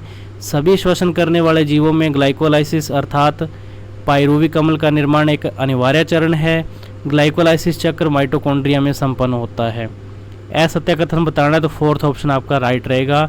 ग्लाइकोलाइसिस माइटोकॉन्ड्रिया में नहीं होता। ग्लाइकोलाइसिस चक्र कहाँ पे होता है? कोशिका द्रव्य में होता है। और माइटोकॉन्ड्रिया में कौन सा चक्र संपन्न होता है मेरे को कमेंट करके जरूर बताएं। नहीं पता तो आप पूछ सकते हैं कमेंट करके, ठीक है। अनॉक्सिक श्वसन के कारण कंकाली पेशियों में जमाव हो जाता है। एसिटिक अम्ल, मैलिक अम्ल, लैक्टिक अम्ल या इनमें से कोई नहीं? तो लैक्टिक अम्ल इसका क्या होगा? राइट आंसर होगा। आकार सी आकार के छल्ले पाए जाते हैं किसमें? डायफ्राम में, श्वास नली में, नाक में, इनमें से कोई नहीं? तो भी राइट आंसर क्या होगा? श्वास नली में, है ना, ट्रैकिया जिसको बोला जाता है इंग्लिश में। डायफ्राम शिथिलन से वक्ष के आयतन में वृद्धि होती है, कमी होती है, आयतन समान बना रहता है, परिवर्तन संभव नहीं है? तो भाई कमी होती है, ठीक है ना। शिथिलन, जब डायफ्राम अपनी शिथिल अवस्था में आता है तो जो है आयतन क्या होता है वक्ष का? कम हो जाता है। मुख्य श्वसन अंग है नाक, मुख, नाक व मुख दोनों या श्वास नली? तो मुख्य श्वसन अंग पूछा है भाई, मुख्य में क्या आएगा? नाक आंसर इसका होगा, ठीक है ना। मुख्य श्वसन अंग पूछा है सबसे पहला आपने बोले तो। और वैसे तो मुख से भी अपनी सांस लेते हैं लेकिन नाक से जो सांस लेते हैं वो शुद्ध मानी जाती है। श्वसन तंत्र व फेफड़ों की क्रियात्मक इकाई है श्वास नली, श्वसनिक, वायुकोश, एल्वियोलाई। तो श्वसन तंत्र और फेफड़ों की क्रियात्मक इकाई एल्वियोलाई, जिसको वायुकूपिका कहते हैं, को बोला जाता है। मछलियों में श्वसन हेतु श्वसन अंग है लंग्स, ट्रैकिया, गिल्स या स्टोमेटा? तो इसका राइट आंसर होगा गिल्स। कोशिका में संपन्न होने वाला श्वसन का प्रकार है वातावरणीय श्वसन, कोशिकीय श्वसन, दोनों या इनमें से कोई नहीं। तो भाई दोनों ही इसके राइट आंसर होंगे, ठीक है ना। वातावरणीय श्वसन भी है और कोशिकीय श्वसन भी होगा। रक्त का तरल भाग बनाता है आरबीसी, डब्ल्यूबीसी, प्लेटलेट, प्लाज्मा। रक्त का जो तरल भाग है वो किसका बना होता है या वो क्या बनाते हैं, प्लाज्मा को बोलते हैं, ठीक है ना। बाकी ये तीनों क्या हैं, ऊपर वाले रक्त कोशिकाएं होती हैं, ध्यान रखना। आरबीसी, डब्ल्यूबीसी और प्लेटलेट्स के आपको वैज्ञानिक नाम बताना है, कमेंट करके ज़रूर बताएं। और इनका पूरा नाम क्या है ये भी आपको पता होना चाहिए। वयस्कों में रक्त का निर्माण कहाँ होता है, प्लीहा, लाल अस्थि मज्जा में, हृदय में, या इनमें से कोई नहीं। तो वयस्कों में लाल रक्त का निर्माण कहाँ पे होता है, रक्त का निर्माण कहाँ पे होता है, लाल अस्थि मज्जा में होता है, ठीक है ना, वयस्कों में। और पूछे बच्चों में या शिशुओं में किस भाग में होता है, तो आपका आंसर रहेगा प्लीहा। नेक्स्ट, निम्न में से हीमोग्लोबिन के बारे में सत्य कथन बताना है। हीमोग्लोबिन आरबीसी में पाया जाता है, इसके कारण रक्त का रंग लाल होता है, बिल्कुल सही है। हीमोग्लोबिन एक श्वसन वर्णक है, रेस्पिरेटरी पिगमेंट है, बिल्कुल राइट है। डब्ल्यूबीसी में हीमोग्लोबिन नहीं पाया जाता, बिल्कुल और उपयुक्त सभी। तो ये सारे ही कथन क्या है, सत्य हैं। कणिकाणु व अकणिकाणु किसके भाग होते हैं, ग्रेन्युलोसाइट और अग्रेन्युलोसाइट किसके भाग, आरबीसी, डब्ल्यूबीसी, प्लाज्मा, या इनमें से कोई नहीं। तो भाई डब्ल्यूबीसी के क्या है, भाग हैं दोनों। आरएच बेजोड़ता के कारण रोग होता है एरिथ्रोब्लास्टोसिस फिटालिस, बहुत ही इंपॉर्टेंट क्वेश्चन है। रक्त का थक्का जमाने में सहायक है प्लाज्मा, प्लेटलेट्स, आरबीसी, इनमें से कोई नहीं। तो प्लेटलेट्स इसका आंसर होगा। आपको बताना है प्लेटलेट्स का जीवन काल कितना होता है, ठीक है ना, लाइफ स्पान कितना होता है, कमेंट करके बताएं। सामान्यतः सिस्टोलिक दाब कितना होता है, सिस्टोलिक प्रेशर कितना होता है, तो आपका राइट आंसर होगा 120 mm ऑफ Hg। डायस्टोलिक कितना होता है, नीचे लिखा पड़ा है 80 mm ऑफ Hg, ठीक है। और नेक्स्ट हमारे पास बाएं आलिंद व बाएं नीला के मध्य कपाट का नाम क्या है, त्रिवलनी, द्विवलनी, या जिसको माइट्रल भी बोला जाता है, चतुष्वलनी, या उपरोक्त सभी। तो भाई बाएं आलिंद व बाएं नीला के मध्य जो कपाट होता है वो द्विवलनी कपाट होता है, जिसको माइट्रल वाल्व भी बोला जाता है। बाहरी आघात से बचाव हेतु हृदय के ऊपर जो आवरण पाया जाता है उसका नाम क्या है, एक्टोडर्म, एंडोडर्म, पेरिकार्डियम, मेसोडर्म। तो पेरिकार्डियम इसका क्या होगा, राइट आंसर होगा। रक्त समूह ए बी में कौन सा प्रतिजन पाया जाता है, प्रतिजन ए, प्रतिजन बी, प्रतिजन ओ, या प्रतिजन ए व बी दोनों। तो प्रतिजन ए व बी दोनों पाए जाते हैं भैया, ठीक है ना। ये थे आज के कुछ इंपॉर्टेंट क्वेश्चन। टॉपिक था हमारा, क्या टॉपिक था अगर आपको ध्यान हो तो, आज का हमारा टॉपिक था भाई पाचन तंत्र, श्वसन तंत्र और रक्त परिसंचरण तंत्र। चौथा टेस्ट था। इससे पहले 3 टेस्ट जो है आपके अपलोड कर दिए गए हैं, पीडीएफ आप टेलीग्राम लिंक से प्राप्त कर सकते हैं, जल्दी से ज्वाइन कीजिए। वीडियो कैसा लगा कमेंट करके ज़रूर बताएं, और चैनल को अभी तक अगर आपने सब्सक्राइब नहीं किया तो सब्सक्राइब करें और शेयर करना ना भूलिए। मिलते हैं नेक्स्ट वीडियो में नए टॉपिक के साथ, तब तक के लिए धन्यवाद। स्वागत है आपका मेरे YouTube चैनल पर। फ्रेंड्स, आज हमारा ये टेस्ट नंबर 5 है। इससे पहले मैंने टेस्ट 4 तक वीडियोस जो है वो अपलोड कर दिए हैं, आप प्लेलिस्ट में जाके उनको चेक कर सकते हैं। उनसे रिलेटेड जो PDF है वो आप डाउनलोड कर सकते हैं, जिसका मैंने टेलीग्राम लिंक डिस्क्रिप्शन में प्रोवाइड करवा दिया है। आज का जो टॉपिक रहेगा उत्सर्जन तंत्र, तंत्रिका तंत्र और अंत्यस्रावी तंत्र और कंकाल तंत्र, इनसे संबंधित कुछ इंपॉर्टेंट क्वेश्चंस हैं। RBSc और NCERT की बुक में से हैं, बिल्कुल ऑथेंटिक है आपके बुक के अकॉर्डिंग, ठीक है ना। एग्ज़ाम के अकॉर्डिंग पैटर्न पर ये क्वेश्चन बनाए गए हैं। और आने वाले जो और भी राजस्थान की भर्तियां हैं जिसमें साइंस का एक अहम रोल होता है, तो वहाँ उसके लिए आप ये प्रिपरेशन कर सकते हैं, ठीक है ना। तो जल्दी से इस चैनल को अगर आपने सब्सक्राइब नहीं किया तो सब्सक्राइब कर लीजिए, बेल आइकन प्रेस कीजिए और लाइक और शेयर करना न भूलिए। देखिए फर्स्ट क्वेश्चन क्या है हमारा, अपशिष्ट पदार्थों के प्रकार हैं। आपको बताना है अपशिष्ट पदार्थों के प्रकार कौन से हैं, अमोनिया, यूरिया, यूरिक अम्ल, यह सभी। तो इसका आंसर रहेगा यह सभी, ठीक है ना। अमोनिया, यूरिया और यूरिक अम्ल ये तीनों ही क्या है, अपशिष्ट पदार्थों के प्रकार हैं। और आप मेरे को कमेंट करके ज़रूर बताइए किस प्रकार के अपशिष्ट पदार्थ होते हैं, ठीक है ना, प्रकृति कैसी होती है इनकी आपको बताना है। यूरिया का उत्सर्जन कौन करता है, स्तनधारी, समुद्री मछलियाँ, पक्षी, या इनमें से कोई नहीं। तो भाई यूरिया का उत्सर्जन कौन करते हैं, स्तनधारी करते हैं, बहुत ज़्यादा इम्पोर्टेंट है। नेक्स्ट क्वेश्चन, मानव का मुख्य उत्सर्जी अंग है? बोमेन संपुट, वृक्क नलिका, वृक्क या यकृत? तो मानव का मुख्य उत्सर्जी अंग है, हमारे पास इसका आंसर रहेगा, ठीक है ना, वृक्क। ध्यान रखना, वृक्क को मुख्य उत्सर्जी अंग बोलते हैं। और शरीर की सबसे बड़ी ग्रंथि का नाम क्या होता है? यकृत यानी कि लीवर। नेक्स्ट हम बात करें मूत्र निर्माण के आवश्यक चरण है, यहाँ पे वर्ड आएगा आवश्यक चरण कौन से हैं? तो गुच्छीय निस्पंदन, पुनः अवशोषण, स्रावण, ये सभी। क्या आंसर है इसका राइट? ये तीनों ही क्या है, इसके चरण होते हैं। तो ध्यान रखिए, इन तीनों को आप रीड कीजिए, कल को इन पे कोई भी क्वेश्चन बन सकता है इन तीनों चरणों के ऊपर, ठीक है। ग्लोमेरुलस पाया जाता है बोमेन कैप्सूल में, संग्रहण नलिका में, अवरोही भुजा में, आरोही भुजा में। तो ग्लोमेरुलस किस में पाया जाता है? बोमेन कैप्सूल, या जिसको बोमेन संपुट भी कहते हैं, ठीक है ना। गुच्छीय संरचना होती है जिसको हम ग्लोमेरुलस कहते हैं, जहां अल्ट्रा फिल्ट्रेशन यानी कि गुच्छीय निस्यंदन की प्रोसेस शुरू होती है। मूत्र का पीला रंग किस वर्णक के कारण होता है? अमोनिया, हीमोग्लोबिन, हीमोसाइनिन या यूरोक्रोम?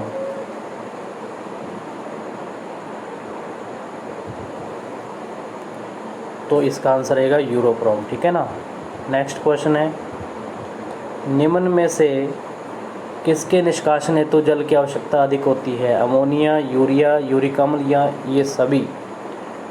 तो भाई ज़्यादा निष्कासन जो होती है इसके लिए आवश्यकता मतलब किस प्रकार के उत्सर्जी पदार्थ को होती है? अमोनिया को। इसी प्रकार इसके उदाहरण फिर कौन माने जाते हैं? समुद्री जो जीव होते हैं वो इसके उदाहरण हैं, उनको अमोनिया उत्सर्गी जीव बोला जाता है, क्योंकि वो अमोनिया का क्या करते हैं? उत्सर्जन करते हैं। और अमोनिया इतना ज़्यादा टॉक्सिक होता है, जहरीला होता है, जिसके लिए ज़्यादा जल की मात्रा रिक्वायरमेंट होती है, ठीक है। निम्न में से कंकाल तंत्र का कार्य नहीं है? शरीर को निश्चित आकृति व आधार प्रदान करना, आंतरिक अंगों की बाह्य आघात से रक्षा न करना, शरीर को मजबूती व पेशियों की सहायता से अंगों की गति प्रदान करना, और शरीर का ढांचा निर्माण करना। तो कंकाल तंत्र का कार्य कौन सा नहीं है? आंतरिक अंगों की बाह्य आघातों से रक्षा न करना, ये असत्य कथन हो गया, बल्कि रक्षा करता है, ठीक है ना, ध्यान रखना। नेक्स्ट, अक्षीय कंकाल में सम्मिलित है खोपड़ी की अस्थियां, दांतों सहित ऊपरी व निचले जबड़े की अस्थियां, 33 कशेरुकाएँ, ये सभी। तो ये सभी इसमें क्या है? शामिल हैं। नेक्स्ट, वक्षीय कंकाल से संबंधित असत्य कथन है। पसलियाँ उपस्थित होती है इसमें, हृदय, फेफड़े आदि को सुरक्षा प्रदान करना इसका कार्य होता है। पसलियाँ हॉकी के आकार की जैसी होती हैं और पसलियाँ 24 जोड़ी होती हैं। तो राइट आंसर इसका होगा पसलियाँ 24 जोड़ी होती हैं, ये असत्य कथन है, ठीक है ना। सत्य क्या है आप कमेंट करके बताएं मेरे को। निम्न में से पैर की अस्थि है? रेडियस, अल्ना, टिबिया, उपरोक्त सभी। तो पैर की अस्थि में से कौन सी है भाई? आंसर क्या होगा? टिबिया होगा। नेक्स्ट, निम्न में से चल संधि का उदाहरण नहीं है? कंदुक खलिका, खोपड़ी की संधि, दुराग्र संधि या कोर संधि? तो खोपड़ी की संधि जो है ये चल संधि का उदाहरण नहीं है, बाकी ये तीनों ही हैं, इंपॉर्टेंट है, इनको दोबारा रीड कर लेना। घुटने में पाई जाने वाली अस्थि कौन सी है? तो घुटने में पाई जाती है पटेला। शरीर की सबसे लंबी अस्थि फीमर है, ठीक है ना। नेक्स्ट, निम्न में से सत्य कथन है? अस्थि से अस्थि की संधि को लिगामेंट कहते हैं, अस्थि व पेशी के जोड़ को टेंडन कहते हैं, कंकाली पेशियाँ ऐच्छिक होती हैं, और उपरोक्त सभी। तो आपसे क्या पूछा है? सत्य कथन क्या है? तो तीनों ही कथन क्या है? सत्य है, इम्पोर्टेंट भी है, दोबारा रीड करना। ज्ञान, चेतना, सोचने विचारने का कार्य कौन करता है? प्रमस्तिष्क, पश्च मस्तिष्क, मध्य मस्तिष्क या ये सभी? तो भैया तो किसी एक का कार्य है, और ये कार्य किसका है? प्रमस्तिष्क का है। सेरेब्रम जिसका नाम होता है, ठीक है ना, उसका ये कार्य है ज्ञान, चेतना और सोच विचार को कंट्रोल करना।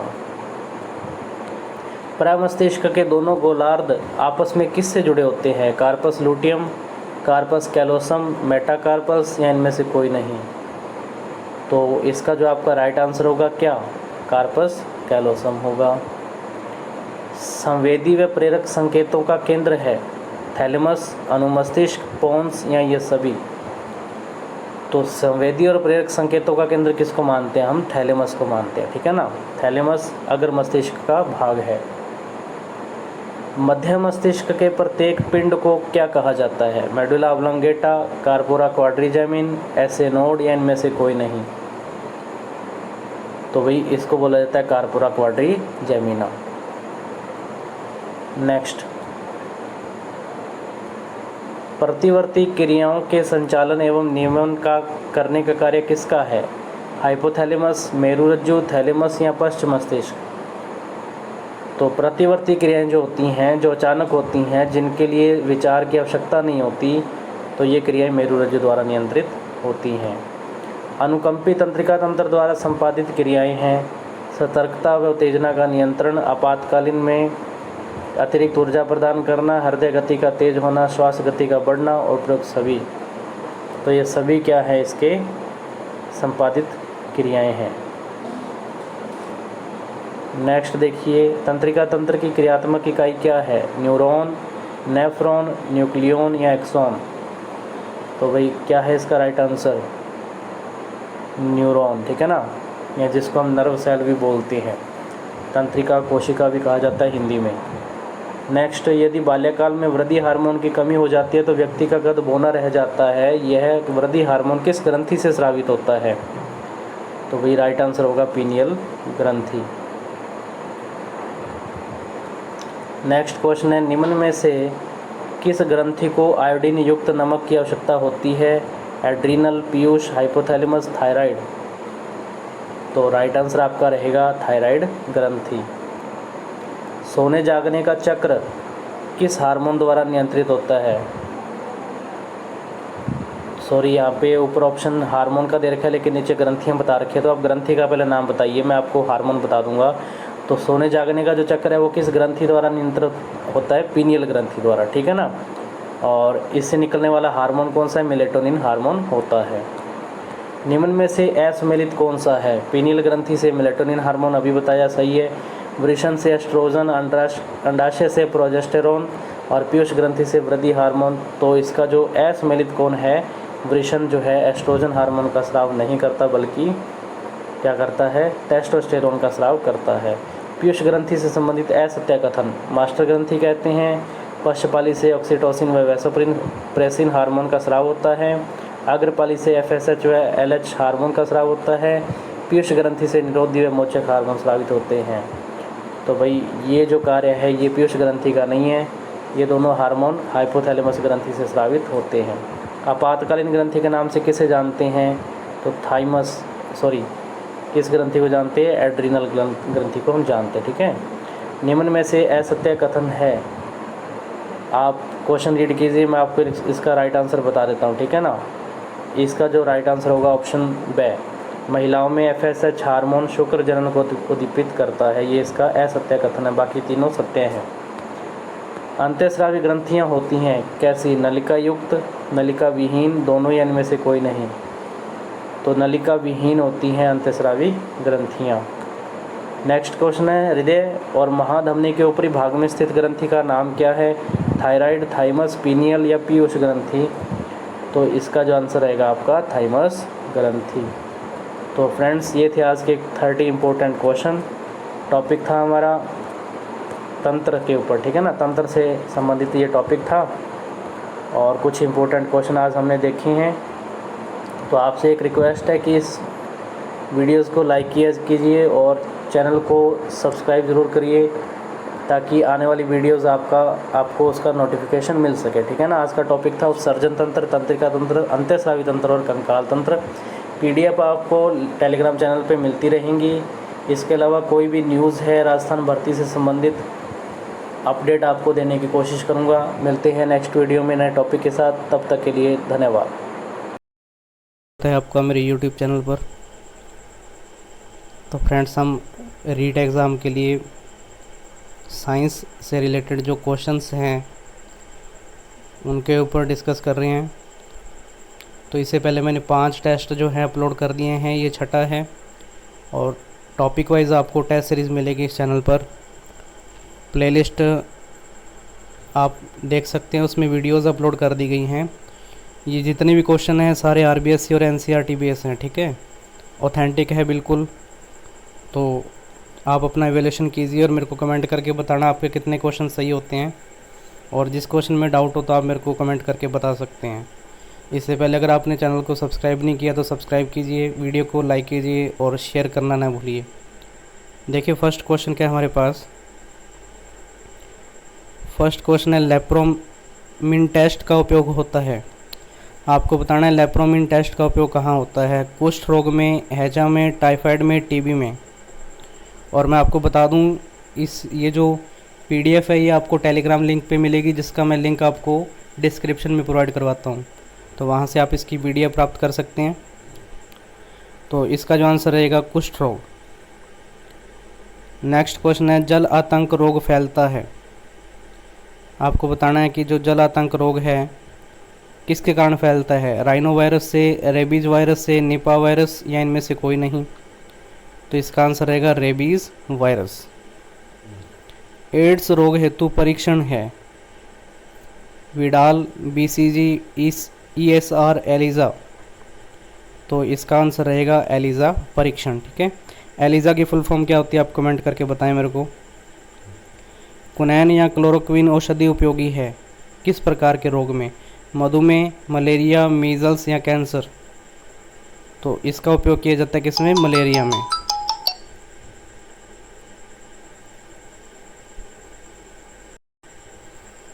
तो इस क्वेश्चन का जो आपका आंसर रहेगा क्या, मलेरिया। नेक्स्ट क्वेश्चन है विनक्रिस्टिन व विनब्लास्टिन का उपयोग होता है एड्स रोग में, मलेरिया रोग में, कैंसर उपचार में, एनीमिया रोग में। तो क्या है आपका राइट आंसर। इसका उपयोग होता है कैंसर उपचार में, ठीक है। नेक्स्ट, मलेरिया रोग फैलता है मादा एनाफिलीज मच्छर के कारण। नेक्स्ट क्वेश्चन है एड्स रोग का कारण क्या है। HIV, H1N1, NIV, इनमें से कोई नहीं। तो इसका जो आपका आंसर रहेगा HIV वायरस।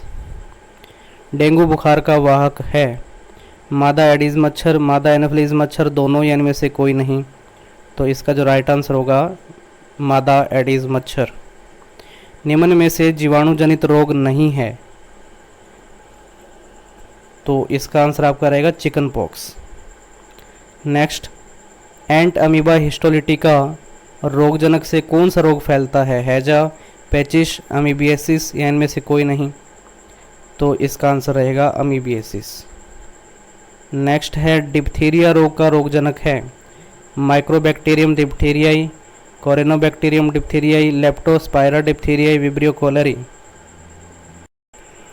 तो इस क्वेश्चन का जो आपका आंसर रहेगा कोरेनोबैक्टीरियम डिप्थीरियाई। नेक्स्ट क्वेश्चन है डीपीटी का पूरा नाम है। डीपीटी का पूरा नाम क्या है आपको बताना है। तो आप ऑप्शन रीड कीजिए, मैं आपको डायरेक्ट आंसर बताता हूँ। Diphtheria pertussis tetanus. Next question है नाको संस्था का संबंध किस रोग से है। AIDS, cancer, hepatitis, malaria. तो इस संस्था का जो संबंध है किस रोग से है, एड्स रोग से है। नेक्स्ट, पोलियो रोग का रोगजनक है हिपेडिना वायरस, निपा वायरस, पोलियोमाइलिटिस या उपयुक्त सभी। तो इसका आंसर रहेगा पोलियोमाइलाइटिस, ठीक है। नेक्स्ट क्वेश्चन है अग्नाशय ग्रंथि से निकलने वाले इंसुलिन हार्मोन की कमी से मूत्र में ग्लूकोज की मात्रा बढ़ जाना कहलाता है। मधुमेह, उदक में, दोनों या इनमें से कोई नहीं। तो इसका जो आपका राइट आंसर होगा मधुमेह रोग। प्लाज्मोडियम की प्रजातियां हैं वाइवैक्स, ओवेल, मलेरी या ये सभी। तो ये तीनों ही किसकी प्रजातियां हैं, प्लाज्मोडियम की। कुष्ठ रोग का रोगजनक है। कुष्ठ रोग का रोगजनक क्या है आपको बताना है। Clostridium leprae, tuberculosis leprae, Vibrio cholerae या माइक्रोबैक्टीरियम लेप्री। तो इसका जो आपका राइट आंसर होगा माइक्रोबैक्टीरियम लेप्री। वेरियोला वायरस किस रोग का रोगजनक है। Smallpox, chickenpox, rubeola या खसरा। तो वेरियोला वायरस किस रोग का रोगजनक है आपका आंसर होगा स्मॉल पॉक्स का, ठीक है। चेचक के टीके की खोज किसने की थी। Alexander Fleming, Louis Pasteur, Edward चेचक या एडवर्ड जेनर? तो इसका जो आपका आंसर होगा एडवर्ड जेनर। क्षय रोग फैलता है, आपको बताना है क्षय रोग किससे फैलता है? वायु द्वारा, दूषित जल व भोजन द्वारा, जल द्वारा, या इनमें से कोई नहीं। तो ये किसके द्वारा फैलता है? वायु द्वारा। प्लाज्मोडियम उदाहरण है जीवाणु, विषाणु, कवक या प्रोटोजोआ? प्लाज्मोडियम किसका उदाहरण आपको ये बताना है। 4 ऑप्शन आपके सामने हैं, आप आंसर दीजिए। वीडियो अच्छा लग रहा है तो इसको लाइक कीजिए, शेयर करना ना भूलिए और नेक्स्ट वीडियोस के लिए बेल आइकन ज़रूर प्रेस कीजिए। इसका जो आपका आंसर रहेगा प्रोटोजोआ, ठीक है ना। प्लाज्मोडियम किसका उदाहरण है? प्रोटोजोआ का उदाहरण है हमारे पास। नेक्स्ट क्वेश्चन,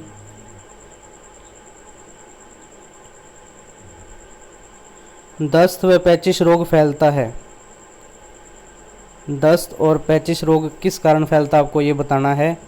इकोलाई जीवाणु द्वारा, विषाक्त भोजन द्वारा, दूषित जल द्वारा या इन उपरोक्त सभी से? तो भाई ये जो रोग फैलता है ये इन सभी से फैलता है, यानी कि इकोलाई जो जीवाणु है इसके द्वारा भी फैलता है, विषाक्त भोजन द्वारा भी और दूषित जल द्वारा भी। राइट आंसर क्या होगा? उपरोक्त सभी होगा। आपको ई कोलाई की फुल फॉर्म बतानी है, ठीक है ना। ई कोलाई की फुल फॉर्म बतानी है आपको कमेंट करके। हीमोफीलिया रोग के बारे में असत्य कथन है, बहुत इंपॉर्टेंट क्वेश्चन है ये। तो यह एक आनुवांशिक रोग है, इसमें रुधिर का थक्का बहुत जल्दी जमता है, इसके जीन पुरुषों के लिंग गुणसूत्र X पर पाए जाते हैं, यह स्त्रियों के माध्यम से एक पीढ़ी से दूसरी पीढ़ी में गमन करता है। तो आपको हीमोफीलिया रोग से संबंधित असत्य कथन बताना है। तो असत्य कथन इसमें रहेगा, इसमें रुधिर का थक्का बहुत जल्दी जमता है, बल्कि इसमें क्या होता है, रुधिर का थक्का नहीं जमता है, ठीक है ना। रक्त का बहाव बहुत ज़्यादा हो जाता है इसमें, जिस कारण व्यक्ति की मृत्यु तक हो जाती है। निम्न में से असम्मिलित कौन सा है आपको बताना है। एनीमिया रोग, रक्ताल्पता, स्वाइन फ्लू, टेमीफ्लू, दस्त, ओपीवी और कृमि संक्रमण एल्बेंडाजोल। अपना आंसर चूज़ कीजिए। असम्मिलित आपको इसमें से फाइंड करना है, तो असम्मिलित इसमें रहेगा दस्त, ओपीवी। यहाँ आपको मेरे को ओपीवी की फुल फॉर्म बतानी है, ठीक है ना, कमेंट करके ओपीवी की फुल फॉर्म क्या होती है। नेक्स्ट है लिवोसिन टैबलेट व लीव 50 किस उपचार हेतु उपयोगी है। Swine flu, hepatitis A, haemophilia, cancer. तो भाई ये किसके लिए होती है उपचार? हेपेटाइटिस ए के लिए। किशोरावस्था के विद्यार्थियों को एनीमिया से बचाव के लिए कौन सी गोलियां दी जाती है। आयरन की, आयोडीन की, कैल्शियम की, उपरोक्त सभी। तो भाई इसमें आपको आंसर रहेगा आयरन की गोलियां इसमें दी जाती है, ठीक है। नेक्स्ट, एमडीटी का पूरा नाम क्या है। Malaria, diphtheria, tetanus, multi drug therapy, measles, diarrhoea, typhoid या मल्टी डिजीज ट्रीटमेंट। बहुत इंपॉर्टेंट क्वेश्चन है और ये आपकी 8th क्लास में क्वेश्चन देखने को मिलता है ऐसा आपको। बताइए एमडीटी का पूरा नाम क्या है।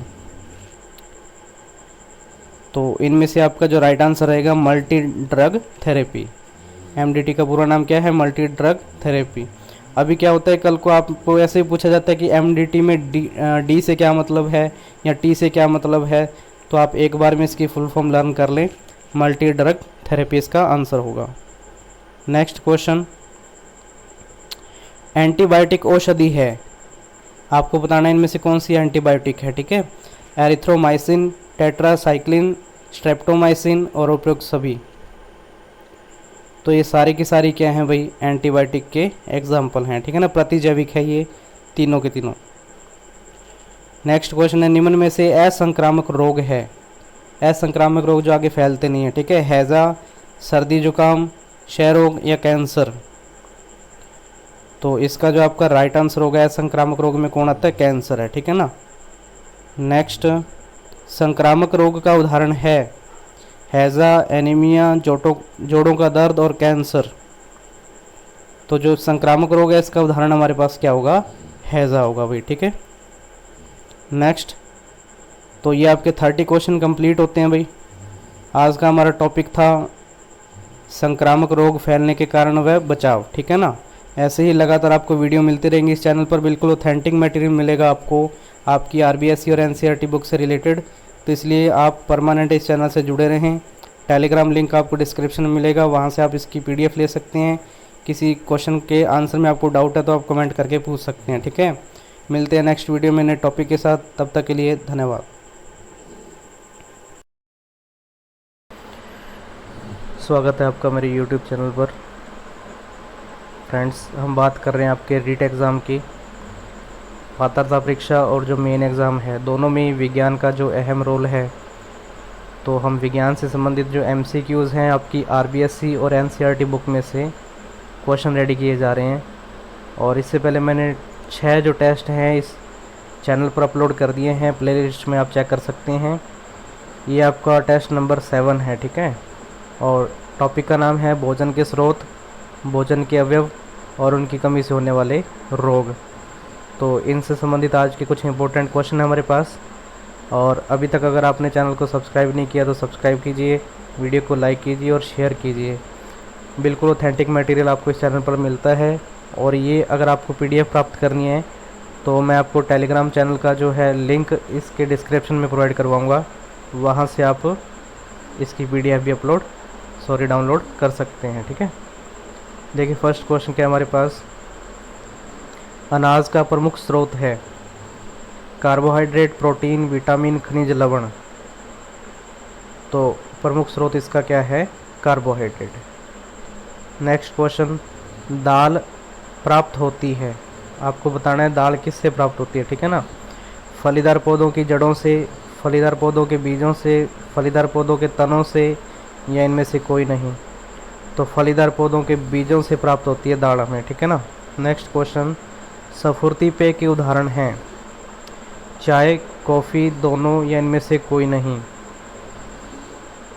तो इसका आंसर रहेगा ये दोनों ही क्या है? स्फूर्ति पेय के उदाहरण है, ठीक है ना। बेवरेज इनको इंग्लिश में बोला जाता है।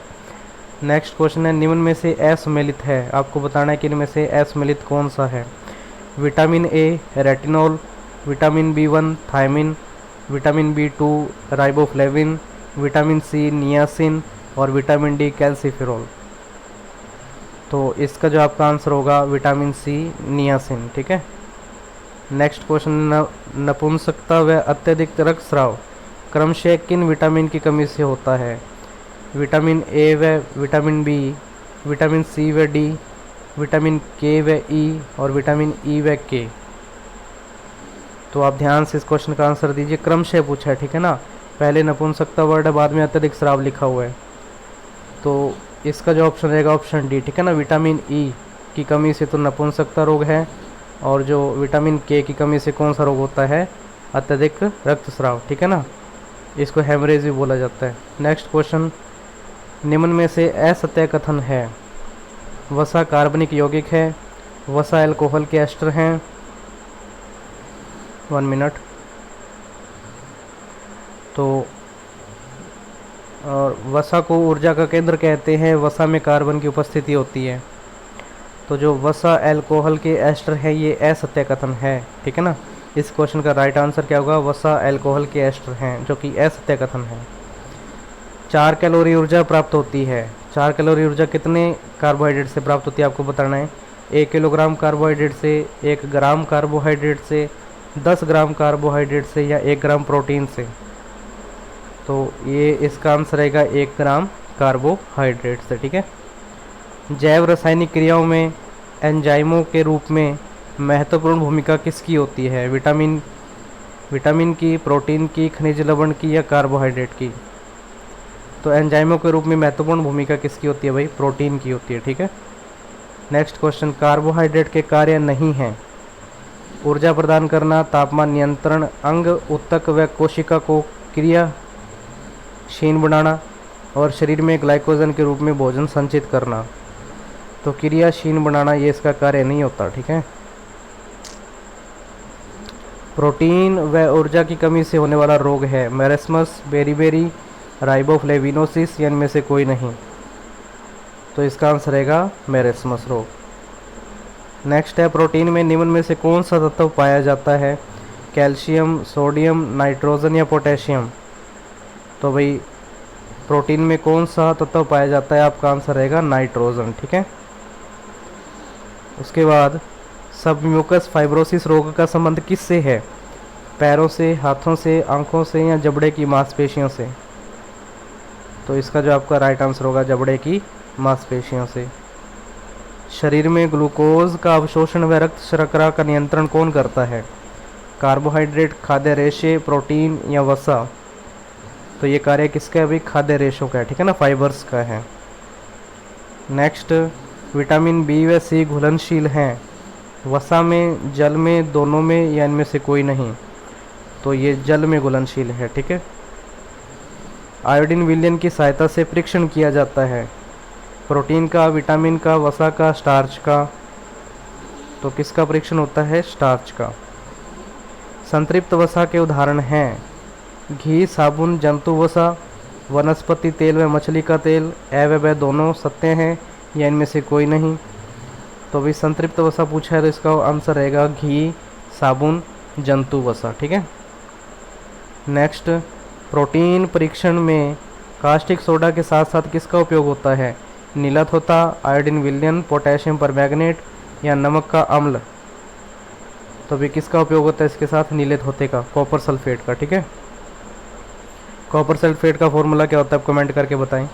निम्न में से कौन सा स्टार्च युक्त कार्बोहाइड्रेट स्रोत नहीं है? केला, खजूर, आलू या अरबी? तो स्टार्च युक्त कार्बोहाइड्रेट स्रोत कौन सा नहीं है? इसका आंसर रहेगा खजूर आपका। ठीक है। जंक फूड में किसकी मात्रा अधिक होती है? प्रोटीन की, कार्बोहाइड्रेट की, वसा की या विटामिन की? तो जंक फूड में ज़्यादा मात्रा किसकी होती है भाई? वसा की होती है। निम्न में से उचित कथन बताना है आपको, लाइनों को रीड करके उचित कथन बताना है। शरीर के विभिन्न अंगों में जल की मात्रा भी अलग अलग होती है, जैसे लीवर में 69% और मांसपेशियों में 75%। हमारे शरीर में जल की मात्रा लगभग 70% होती है। हमें प्रतिदिन 2 से 3 लीटर पानी की आवश्यकता होती है। तरबूज में 95% तक जल उपस्थित होता है। और लास्ट ऑप्शन है उपरोक्त सभी कथन उचित हैं। तो ये सारे ही कथन क्या हैं? उचित हैं भाई। नेक्स्ट क्वेश्चन है, असम्मिलित बताना आपको फिर से। विटामिन ए रतौंधी रोग, vitamin B one beriberi, vitamin C scurvy और विटामिन डी क्वाशियोरकर। तो विटामिन डी क्वाशियोरकर जो है असम्मिलित है। आपको बताना है कि क्वाशियोरकर रोग किसकी कमी से होता है। ठीक है। नेक्स्ट क्वेश्चन है, घेंगा रोग उपचार हेतु आवश्यक है? आयरन, आयोडीन, कैल्शियम या विटामिन? घेंगा रोग है ना, थायराइड ग्रंथि जब कार्य करना कम कर देती है, थायरोक्सिन हार्मोन की कमी हो जाती है तो घेंगा रोग होता है ना, गलगंड रोग भी इसको बोला जाता है, इंग्लिश में गोइटर बोलते हैं। तो इसके उपचार हेतु हम किसका उपयोग करते हैं? आयोडीन का उपयोग करते हैं। ऐसे अकार्बनिक भोज्य पदार्थ जिनकी अल्प मात्रा ही शरीर को आवश्यक होती है? प्रोटीन, विटामिन, वसा या कार्बोहाइड्रेट? तो बहुत ही इंपॉर्टेंट क्वेश्चन है, इसका आंसर होगा विटामिन। बाल्यावस्था व किशोरावस्था में किन भोज्य पदार्थों का सेवन अधिक मात्रा में करना चाहिए? कार्बोहाइड्रेट युक्त, वसा युक्त, प्रोटीन युक्त या विटामिन युक्त? तो आपका आंसर रहेगा प्रोटीन युक्त।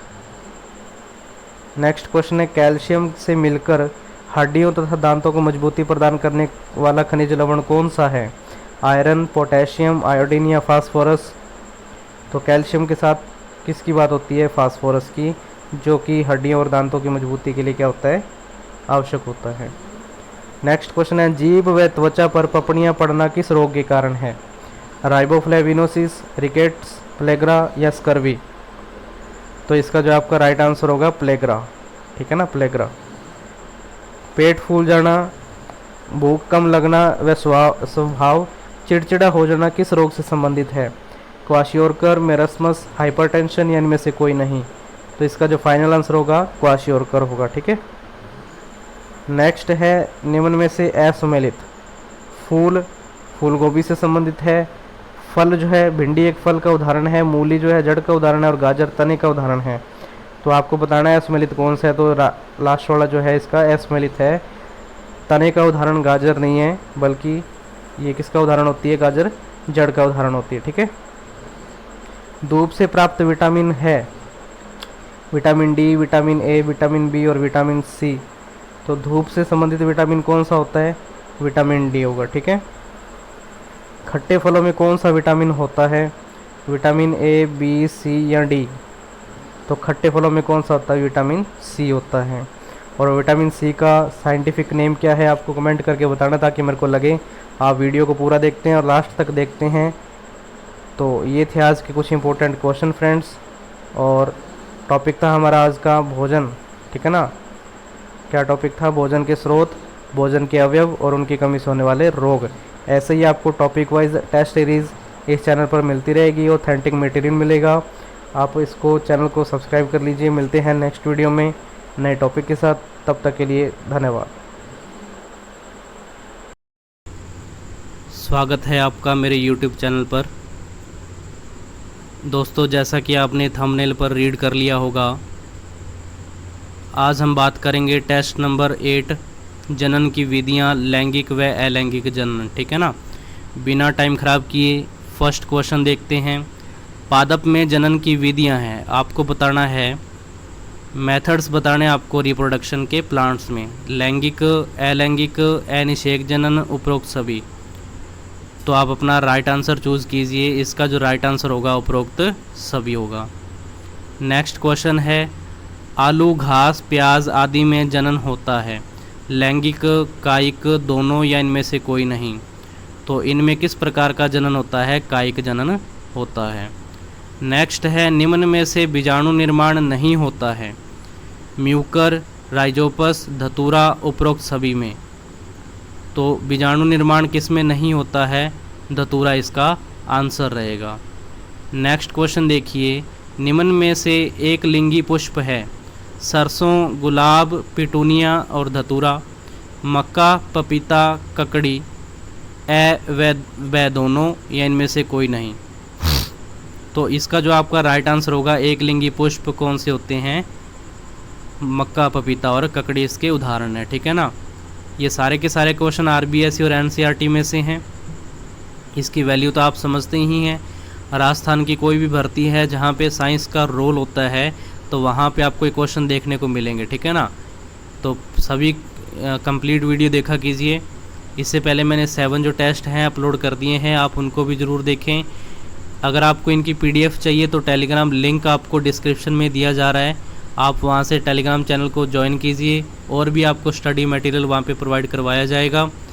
क्वेश्चन देखिए, निम्न में से किस में स्व परागण की क्रिया होती है? मटर, टमाटर, पोपी या इनमें उपरोक्त सभी। दोस्तों, आपको क्या करना है, इस क्वेश्चन में थोड़ा चेंज करना है। स्व परागण की क्रिया आपको यहाँ पे मानना है नहीं होती है, ठीक है ना। क्वेश्चन में असल में ये होना चाहिए था कि इनमें से किस में स्व परागण की क्रिया नहीं होती है। तो अब आपका आंसर क्या होगा? पोपी इसका आंसर होगा, जब नहीं लिखा होगा, ठीक है ना। नेक्स्ट क्वेश्चन, एंजियोस्पर्म में भ्रूणपोष होता है, द्विगुणित, त्रिगुणित, अगुणित या इनमें से कोई नहीं।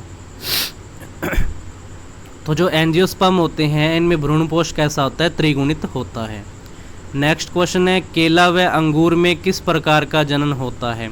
अनिषेक जनन, लैंगिक जनन, कायिक जनन या इनमें से कोई नहीं। तो केले और अंगूर में किस प्रकार का जनन होता है? अनिषेक जनन। परिपक्व अंडाशय को कहा जाता है, बीज, फल, भ्रूणकोश या भ्रूणपोष। तो परिपक्व अंडाशय को क्या कहा जाता है? फल कहा जाता है। और परिपक्व जो बीजांड होता है उससे किसका निर्माण होता है? बीज का निर्माण होता है फ्रेंड्स। नेक्स्ट क्वेश्चन, पादप में भ्रूण को पोषण किस से मिलता है? टेपिटम, बीजकोश, भ्रूणपोष या परागकण। तो जो भ्रूण है उसको पोषण किससे मिलता है? भ्रूणपोष से मिलता है, ठीक है ना। नेक्स्ट क्वेश्चन है, पादप में भ्रूण या बीज कैसी संरचना है? अगुणित, द्विगुणित, त्रिगुणित या इनमें से कोई नहीं। तो क्या है आपका राइट आंसर? इसका जो ऑप्शन रहेगा ऑप्शन सेकंड, द्विगुणित, डिप्लॉइड, जिसको 2N से शो किया जाता है। आम का खाने योग्य भाग कौन सा है? एपिकार्प, एरिल, मध्य फल भित्ति, एंडोकार्प। तो भाई खाने योग्य भाग आम का कौन सा है? मध्य फल भित्ति है।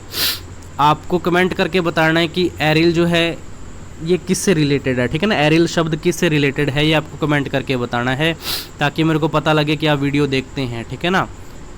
और निम्न में से एक सुमेलित है, तने द्वारा जनन ब्रायोफिलम पादप में होता है, तने द्वारा जनन कैक्टस में होता है, तने द्वारा जनन डहेलिया में होता है, इनमें से कोई नहीं। तो भैया आप बताइए अपना राइट आंसर क्या होगा। सुमेलित बताना है आपको, तो सेकंड वाला इसमें सुमेलित है, ठीक है ना। नेक्स्ट क्वेश्चन, किस जनन से आनुवांशिकीय समरूप पौधे उगते हैं जिनके पैतृक लक्षण संरक्षित रहते हैं? लैंगिक, अनिषेक जनन, कायिक, इनमें से कोई नहीं। तो पैतृक लक्षण किसमें संरक्षित रहते हैं? कायिक जनन में, ठीक है ना। वेजिटेटिव प्रोपेगेशन जिसका उदाहरण हम मानते हैं। निम्न में से सत्य कथन है। सबसे बड़ा पुष्प रेफलेशिया है, सबसे बड़ा बीज लोडोइशिया है, सबसे छोटा बीज ऑर्किड है और उपरोक्त सभी। तो भाई सब ये जो है तीनों ही ऑप्शन राइट हैं, उपरोक्त सभी इसका आंसर होगा। लेकिन एक एक लाइन पे क्वेश्चन बन सकता है, आप इन तीनों को अच्छे से रीड करिए, ठीक है। निम्न में से सत्य फल का उदाहरण है। आम, नाशपाती, सेब या उपरोक्त सभी। तो भाई इसका जो आंसर रहेगा आम, ठीक है ना। आम जो है एक ट्रू फ्रूट है, नाशपाती और सेब ये कैसे होते हैं? फॉल्स फ्रूट होते हैं। कैसे पता लगता है ट्रू और फॉल्स का? जब फल का निर्माण अंडाशय से होता है तो ये तो होते हैं सत्य फल, लेकिन जब अंडाशय को के अलावा किसी अन्य भाग से फल का निर्माण होता है तो इनको असत्य फल कहा जाता है। नेक्स्ट क्वेश्चन, जीन विनिमय का कारण है। लैंगिक जनन, अलैंगिक जनन, कायिक जनन या अनिषेक जनन। तो जीन विनिमय का कारण कौन होता है? लैंगिक जनन को माना जाता है। नेक्स्ट क्वेश्चन, लैंगिक जनन किस में नहीं पाया जाता है? मानव, कुत्ता, खच्चर या उपरोक्त सभी में। तो इसका जो आंसर रहेगा खच्चर। नेक्स्ट, अलैंगिक जनन से संबंधित असत्य कथन है। अलैंगिक जनन में एक ही जनक से संतति की उत्पत्ति होती है। अलैंगिक जनन में युग्मकों की आवश्यकता नहीं होती, अतः इसमें सभी विभाजन अर्धसूत्री होते हैं। नए जीव पूर्णतया जनक के समान होते हैं और अलैंगिक जनन में निषेचन नहीं होता है। तो भाई इसका जो राइट आंसर होगा ऑप्शन सेकंड है, असत्य कथन है ये, ठीक है ना। नेक्स्ट, अलैंगिक जनन की विधियां हैं। मुकुलन, विखंडन, दोनों या इनमें से कोई नहीं। तो ये दोनों ही अलैंगिक जनन की विधियां हैं। नेक्स्ट क्वेश्चन है, अमीबा में जनन की कौन सी विधि पाई जाती है? लैंगिक, अलैंगिक, दोनों या इनमें से कोई नहीं। तो भाई अमीबा में अलैंगिक जनन पाया जाता है। अमीबा में जनन की कौन सी विधि पाई जाती है? मुकुलन, विखंडन, दोनों या इनमें से कोई नहीं। तो विखंडन इसका आंसर रहेगा। नेक्स्ट, मुकुलन द्वारा अलैंगिक जनन किन में नहीं होता है? मुकुलन द्वारा अलैंगिक जनन किस में नहीं होता है आपको ये बताना है फ्रेंड्स, ठीक है ना। तो स्पायरोगायरा, यीस्ट, हाइड्रा, उपरोक्त सभी में। तो स्पायरोगायरा इसका आंसर रहेगा। युग्मकों के संलयन की क्रिया कहलाती है परागण, निषेचन, पुनरुद्भवन, इनमें से कोई नहीं। तो युग्मकों का संलयन क्या कहलाता है भाई? सॉरी, क्या है इसका राइट आंसर? निषेचन होगा, ठीक है ना। निषेचन, फर्टिलाइजेशन। नेक्स्ट क्वेश्चन है, निषेचन की क्रिया से निर्माण होता है युग्मक का, युग्मनज का, भ्रूण का या इनमें से कोई नहीं। तो निषेचन की क्रिया से युग्मनज का निर्माण होता है, जाइगोट का निर्माण होता है। निषेचन के प्रकार हैं आंतरिक, बाह्य, दोनों या इनमें से कोई नहीं। तो दोनों ही क्या है? निषेचन के प्रकार हैं। नेक्स्ट क्वेश्चन है, मेंढक में निषेचन की क्रिया होती है बाह्य, आंतरिक, दोनों या इनमें से कोई नहीं। तो भाई मेंढक में जो होता है कैसा निषेचन होता है? बाह्य। नेक्स्ट, सीधे बच्चे पैदा करने वाले प्राणी कहलाते हैं अंडज, जरायुज, अंड जरायुज या इनमें से कोई नहीं। तो इनको क्या बोला जाता है भाई? जरायुज कहा जाता है। नेक्स्ट क्वेश्चन है, युग्मनज कैसी संरचना है? अगुणित, द्विगुणित, त्रिगुणित या इनमें से कोई नहीं। तो जो युग्मनज है कैसी संरचना होती है? द्विगुणित होती है। अपने समान अस्तित्व को बनाए रखने के लिए कौन सी क्रिया आवश्यक है? श्वसन, उत्सर्जन, प्रजनन या इनमें से कोई नहीं। तो इसके लिए क्या आवश्यक है? प्रजनन आवश्यक है। नेक्स्ट क्वेश्चन है हमारे पास, किसी माध्यम द्वारा परागकणों का एक पुष्प से दूसरे पुष्प की वर्तिकाग्र तक पहुंचना कहलाता है परागण, निषेचन, भ्रूण परिवर्धन, इनमें से कोई नहीं। तो आपका जो राइट आंसर रहेगा इस क्वेश्चन का परागण, ठीक है ना। तो ये थी आज के 30 इम्पोर्टेंट क्वेश्चन आपकी आरबीएसई और एनसीईआरटी से रिलेटेड हैं। टॉपिक था हमारा आज का टेस्ट नंबर 8 का जनन, ठीक है ना, जनन की विधियाँ, लैंगिक व अलैंगिक जनन, ठीक है ना।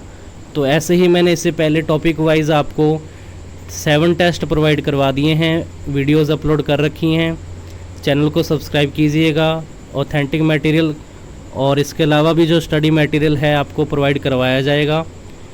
मिलते हैं नेक्स्ट वीडियो में नए टॉपिक के साथ, तब तक के लिए धन्यवाद। स्वागत है आपका मेरे YouTube चैनल पर। दोस्तों, आज हम बात करेंगे टेस्ट नंबर 9 किशोरावस्था व यौवनारंभ, शारीरिक परिवर्तन, जनन तंत्र, जन्म में हार्मोन की भूमिका, जननात्मक स्वास्थ्य, ये हमारा टॉपिक रहेगा। इससे पहले 8 टेस्ट जो हैं अपलोड कर दिए गए हैं, प्लेलिस्ट आप उनकी चेक कर सकते हैं। और देखिए आज का फर्स्ट क्वेश्चन क्या है हमारे पास, शुक्राणुओं का संग्रह कहाँ होता है? वृषण में, वृषण कोश में, शुक्रवाहिनी में या शुक्राशय में? तो शुक्राणुओं का संग्रह कहाँ पे होता है भाई? शुक्राशय में होता है। नेक्स्ट क्वेश्चन, प्लेसेंटा का रोपण कहाँ होता है? अंडवाहिनी में, गर्भाशय में, योनि में, इनमें से कोई नहीं। तो प्लेसेंटा का रोपण कहाँ होता है? गर्भाशय में होता है। नेक्स्ट क्वेश्चन, अगुणित युग्मकों के निर्माण की प्रक्रिया कहलाती है? युग्मक जनन, निषेचन, परागण या इनमें से कोई नहीं। तो इसका जो आपका राइट आंसर रहेगा युग्मक जनन। अगर आपको किसी क्वेश्चन में डाउट लगता है तो आप कमेंट करके ज़रूर बताएं, कोई मिस्टेक हो सकती है, स्वाभाविक है, तो आप अवगत करवा सकते हैं। नेक्स्ट क्वेश्चन है, महिला में एस्ट्रोजन हार्मोन का कार्य? स्तन ग्रंथि का विकास करना, जनन अंगों का विकास करना, आवाज़ पतली होना, उपरोक्त सभी। तो ये सभी कार्य हैं किसके? एस्ट्रोजन हार्मोन के। नेक्स्ट क्वेश्चन, वह तकनीक जिसमें निषेचन परखनली में होता है और शिशु का परिवर्तन माँ के गर्भाशय से बाहर होता है? वही ये पूरा क्वेश्चन दिख नहीं रहा होगा, सॉरी मैं क्वेश्चन रिपीट कर रहा हूँ। वह तकनीक जिसमें निषेचन परखनली में होता है और शिशु का परिवर्धन माँ के गर्भाशय में होता है, तो इस तकनीक को क्या बोलते हैं? पात्र निषेचन, कॉपर टी, दोनों इनमें से कोई नहीं। तो भी इसका जो आंसर रहेगा पात्र निषेचन, ठीक है ना। इंग्लिश में इसको बोलते हैं IVF, in vitro fertilization. Next question, प्रसव के बाद माँ का प्रथम दूध जो बच्चे के लिए अत्यधिक पोषक होता है उसे क्या कहते हैं? लैक्टम, कोलेस्ट्रम, इम्यूनोग्लोबिन, इनमें से कोई नहीं। तो इसका जो प्रॉपर आंसर रहेगा हमारे पास कोलेस्ट्रम होगा, ठीक है। नेक्स्ट क्वेश्चन है, अगुणित शुक्राणु में गुणसूत्र हो सकते हैं?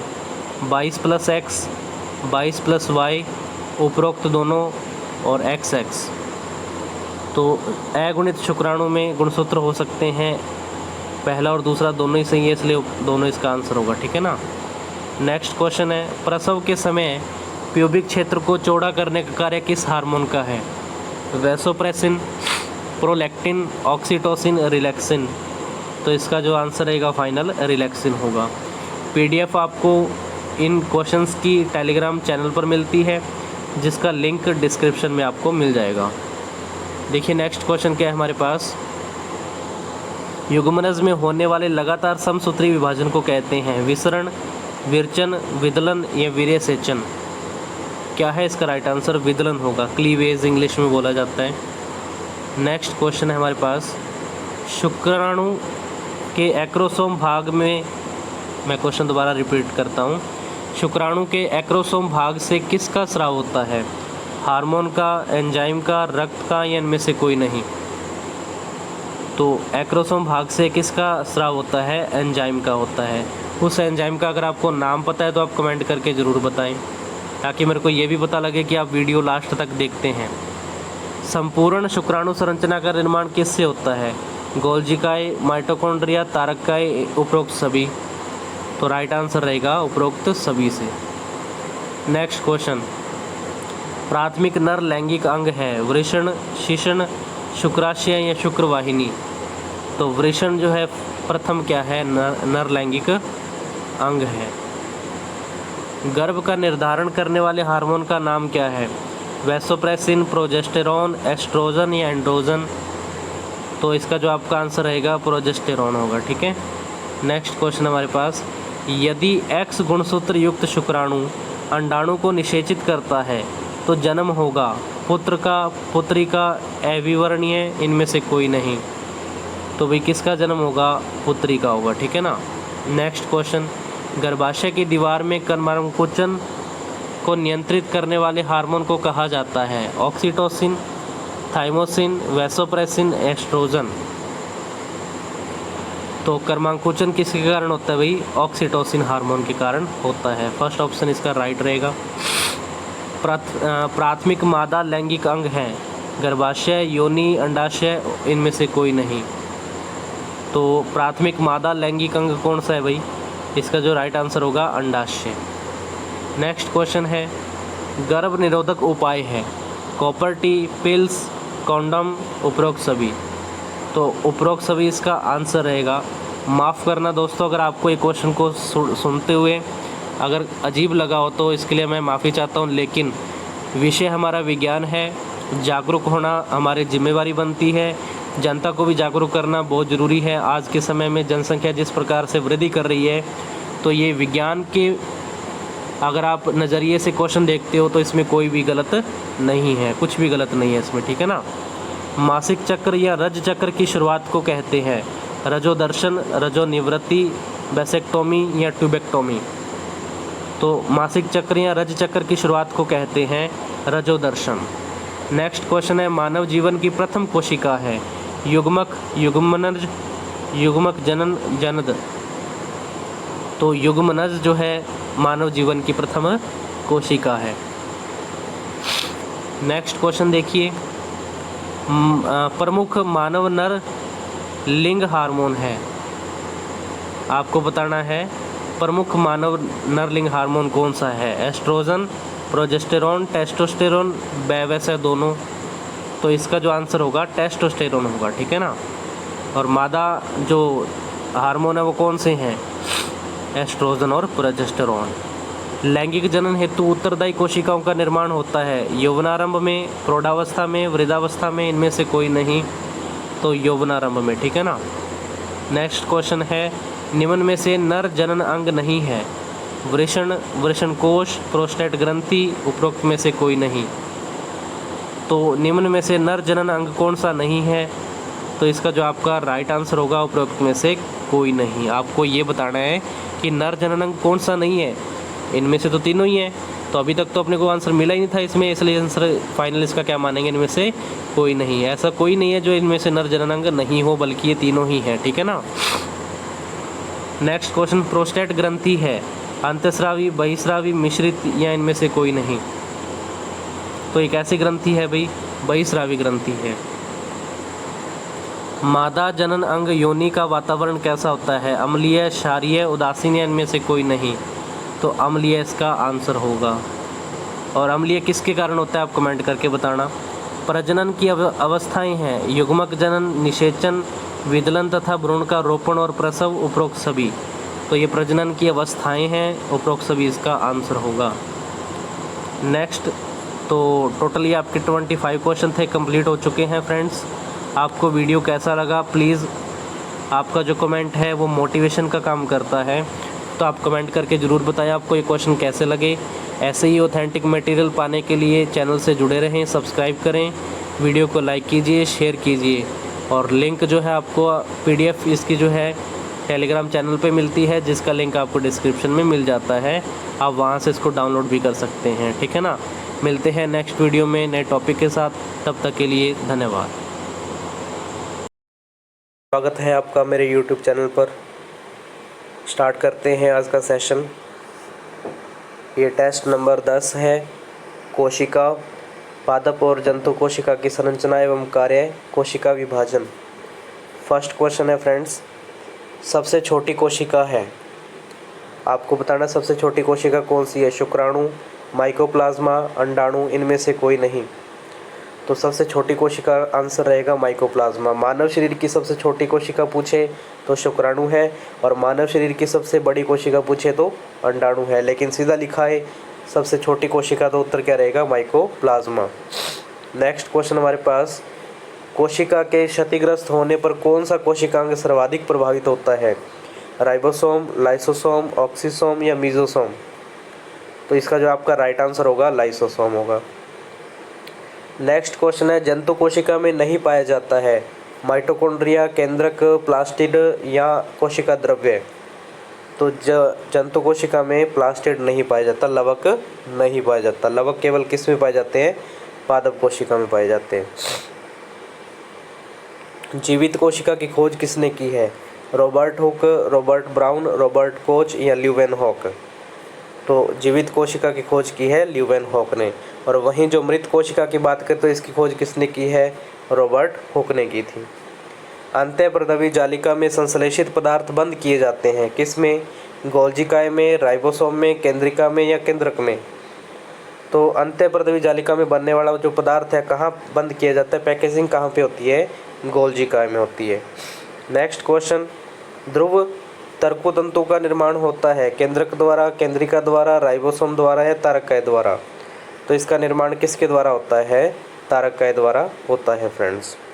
नेक्स्ट क्वेश्चन है, निम्न में से कौन सा कोशिकांग पादप कोशिका में नहीं पाया जाता? रिक्तिका, लवक, तारकाय या उपरोक्त सभी? तो पादप कोशिका में कौन सा कोशिकांग नहीं पाया जाता? तारकाय नहीं पाया जाता है। मानव शरीर का सबसे बड़ा अंग है कोशिका, उत्तक, अंग व तंत्र या त्वचा? तो मानव शरीर का सबसे बड़ा अंग क्या है? त्वचा है फ्रेंड्स। नेक्स्ट क्वेश्चन, निम्न में से किस कोशिका की आकृति निश्चित नहीं है? लाल रक्त कणिका, अमीबा, तंत्रिका कोशिका, इनमें से कोई नहीं। तो आकृति निश्चित किसकी नहीं होती? अमीबा की नहीं होती है। लाल रक्त कणिका और तंत्रिका कोशिका की आकृति कैसी है? कमेंट करके बताएं। कोशिका भित्ति बनी होती है कोशिका भित्ति होती है कैसी? पारगम्य, अपारगम्य, अर्धपारगम्य या इनमें से कोई नहीं? तो जो कोशिका भित्ति होती है कैसी होती है? पारगम्य। नेक्स्ट, तो आपने देखा अभी तक जो क्वेश्चन आ रहे हैं आपके पास या इससे पहले जो वीडियोस अपलोड कर दी गई हैं सब ऑथेंटिक मटेरियल है, ठीक है ना। एनसीईआरटी और आरबीएससी की बुक में से क्वेश्चन रेडी किए जा रहे हैं, और आपकी कोई भी जो भर्ती है जिसमें विज्ञान सिलेबस जो होता है इंक्लूड हो, तो वहाँ आपको जो मिलने वाले टॉपिक हैं उन टॉपिक से इनको रिलेट कीजिए। अगर टॉपिक सेम है तो आप इन क्वेश्चंस को लगा के देखिए, आपको बहुत ज़्यादा बेनिफिट होगा। क्वेश्चन यहीं से आते हैं, इस टाइप के क्वेश्चन बनाए जाते हैं। नेक्स्ट क्वेश्चन है हमारे पास, अर्ध स्वायत्तशासी कोशिकांग है माइटोकॉन्ड्रिया, राइबोसोम, लाइसोसोम या तारकाय? तो अर्ध स्वायत्तशासी कोशिकांग कौन सा है? माइटोकॉन्ड्रिया है फ्रेंड्स। रिक्तिका की झिल्ली को कहते हैं इलियोप्लास्ट, एलियोरोप्लास्ट, टोनोप्लास्ट या इनमें से कोई नहीं? तो रिक्तिका की झिल्ली को बोला जाता है टोनोप्लास्ट। नेक्स्ट क्वेश्चन, एकल झिल्ली युक्त कोशिकांग नहीं है रिक्तिका व लाइसोसोम, अंतःप्रद्रवी जालिका व तारकाय, गोल्जिकाय या हरितलवक? तो एकल झिल्ली युक्त कोशिकांग कौन सा नहीं है? हरितलवक नहीं है। पादप कोशिका का प्रथम सुरक्षात्मक आवरण है कोशिका भित्ति, कोशिका झिल्ली, कोशिका द्रव्य या कोशिका रस? तो सुरक्षात्मक आवरण कौन सा होता है? कोशिका भित्ति। कोशिका के मुख्य भाग हैं कोशिका झिल्ली, कोशिका द्रव्य, केंद्रक या उपरोक्त सभी? तो कोशिका के मुख्य भाग ये तीनों ही हैं, उपरोक्त सभी इसका राइट आंसर होगा। अगर आपको लगता है वीडियो फास्ट है तो आप इसको स्लो करके सुने, या फिर वीडियो को पॉज करके अपना आंसर पहले चूज़ कर लीजिए और वीडियो को ओपन करके आप अपना आंसर मैच कर सकते हैं। जीन विनिमय किस विभाजन से होता है? समसूत्री, अर्धसूत्री, असूत्री या इन सभी से? तो जीन विनिमय के कारण कौन सा विभाजन होता है? अर्धसूत्री विभाजन। न्यूनकारी विभाजन किसे कहते हैं? सूत्री विभाजन को, अर्धसूत्री विभाजन को, असूत्री विभाजन को, इनमें से कोई नहीं? तो भाई न्यूनकारी विभाजन बोला जाता है अर्धसूत्री विभाजन को। नेक्स्ट क्वेश्चन है, एम प्लेट के नाम से किस अवस्था को जानते हैं? पूर्वावस्था, मध्यावस्था, पश्चावस्था, अंतावस्था? तो एम प्लेट के नाम से जाना जाता है मध्यावस्था को। नेक्स्ट हमारे पास क्वेश्चन है, पादप कोशिका में कोशिका द्रव्य विभाजन की कौन सी विधि पाई जाती है? कोशिका प्लेट विधि, विदलन विधि, दोनों या इनमें से कोई नहीं? तो कोशिका प्लेट विधि इसका आंसर होगा। प्रोफेज प्रथम की कुल कितनी अवस्थाएं हैं? 1, 2, 5 या 3? तो प्रोफेज प्रथम की कुल 5 अवस्थाएं होती हैं। कौन कौन सी होती हैं? अगर आपको ध्यान है तो कमेंट करके ज़रूर बताएं। और आपको ये जो इसकी पीडीएफ है टेलीग्राम चैनल पर मिलती है, जिसका लिंक मैं डिस्क्रिप्शन में प्रोवाइड करवाता हूँ। आप टेलीग्राम को भी ज़रूर ज्वाइन करें। वीडियो अगर अच्छा लग रहा है तो इसको लाइक कीजिए, शेयर कीजिए। चैनल को अभी तक अगर आपने सब्सक्राइब नहीं किया तो चैनल को भी सब्सक्राइब कीजिए, बेल आइकन प्रेस करते रहिए, ठीक है, ताकि आपको नोटिफिकेशन मिलता रहे नेक्स्ट वीडियो के लिए। युग्मक जनन किस कारण होता है? माइटोसिस, मियोसिस, एमाइटोसिस या इनमें से कोई नहीं? तो युग्मक जनन का कारण कौन सा है? मियोसिस यानी कि अर्धसूत्री विभाजन। दो कोशिका विभाजन के बीच की अवधि को कहते हैं इंटरफेज, एमफेज, प्रोफेज या एनाफेज। तो इनकी बीच की अवधि को बोला जाता है इंटरफेज या अंत्यावस्था। अंतरावस्था की प्रावस्थाएं होती हैं प्रथम वृद्धि काल, संश्लेषी काल, द्वितीय वृद्धि काल या उपरोक्त सभी। तो ये तीनों ही इसकी प्रावस्थाएं हैं। उत्तर क्या होगा? उपरोक्त सभी होगा। आपको ये बताना है कि डीएनए का संश्लेषण किस प्रावस्था में होता है, ठीक है ना। डीएनए का संश्लेषण किस प्रावस्था में होता है, कमेंट करके बताना। प्रोफेज अवस्था के बिल्कुल विपरीत गुणों वाली अवस्था कौन सी है? मेटाफेज, एनाफेज, टेलोफेज या इंटरफेज। तो इसका जो आपका आंसर रहेगा टेलोफेज। कोशिका सिद्धांत का अपवाद है मनुष्य, सूक्ष्मजीव, विषाणु, विशाल जंतु या उपरोक्त सभी। तो इसका अपवाद क्या है हमारे पास? सूक्ष्मजीव, विषाणु। कोशिका के आकार का निर्धारण होता है बड़े आकार के जीवों से, छोटे आकार के जीवों से, उपरोक्त दोनों से, कोशिका के कार्य से। तो आंसर रहेगा कोशिका के कार्य से। पादप की कोशिका भित्ति बनी होती है काइटिन की, सिलिका की, सेलुलोज की, प्रोटीन व पॉलीसैकेराइड की। तो सेलुलोज की बनी होती है। नेक्स्ट क्वेश्चन, ऑक्सीसोम या F1 कण उपस्थित होते हैं राइबोसोम में, माइटोकॉन्ड्रिया में, लाइसोसोम में या प्रोक्समी में। तो ऑक्सीसोम या F1 कण किस में देखने को मिलते हैं? माइटोकॉन्ड्रिया में देखने को मिलते हैं। झिल्ली रहित कोशिकांग है लाइसोसोम, रिक्तिका, राइबोसोम या हरित लवक। तो झिल्ली रहित कोशिकांग कौन सा हमारे पास? आंसर रहेगा राइबोसोम।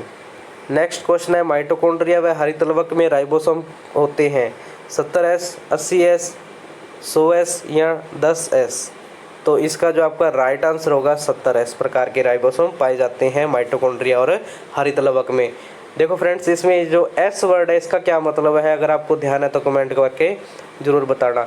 ये थे आज के 30 क्वेश्चन।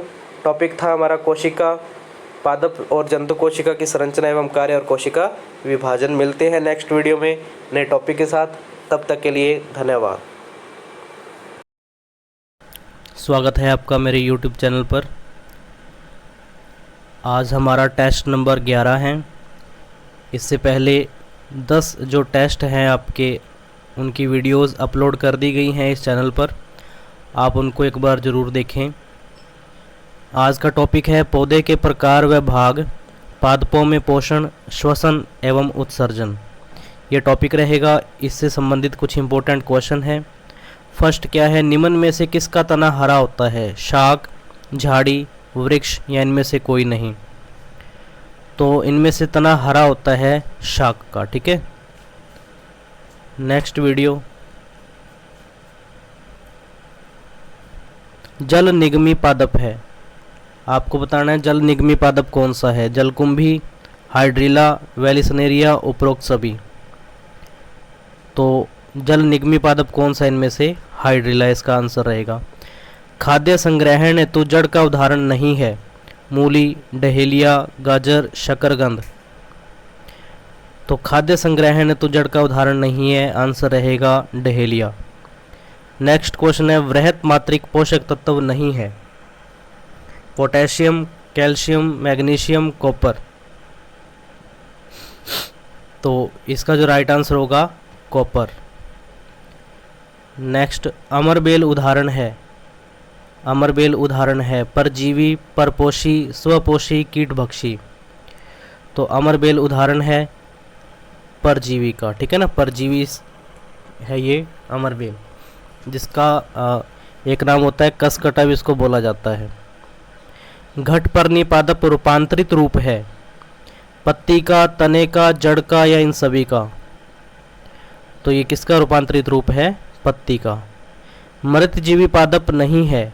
अगैरिकस, शैवाल, मोनोट्रोपा, छत्रक। तो मृतजीवी पादप इनमें से कौन सा नहीं है? शैवाल। नेक्स्ट, प्रकाश संश्लेषण की क्रिया किस रंग में सर्वाधिक होती है? हरा, नीला, लाल या पीला? तो तो सर्वाधिक किस में होता है प्रकाश संश्लेषण? लाल रंग में। प्रकाश संश्लेषण की क्रिया में कच्चे माल के रूप में उपयोगी नहीं है कार्बन डाइऑक्साइड, जल, ग्लूकोज, उपरोक्त सभी। तो नहीं पूछा है आपको, इसका आंसर क्या रहेगा आपका? कच्चे माल के रूप में उपयोग किसका नहीं होता? तो आंसर रहेगा ग्लूकोज। नेक्स्ट क्वेश्चन है C3 चक्र का अन्य नाम क्या है?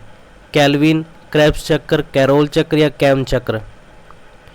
तो इसको केल्विन चक्र कहा जाता है। नेक्स्ट, रंध्र के खुलने व बंद होने के लिए जिम्मेदार तत्व है फास्फोरस, हाइड्रोजन, पोटेशियम, गंधक। क्या आंसर रहेगा? पोटेशियम।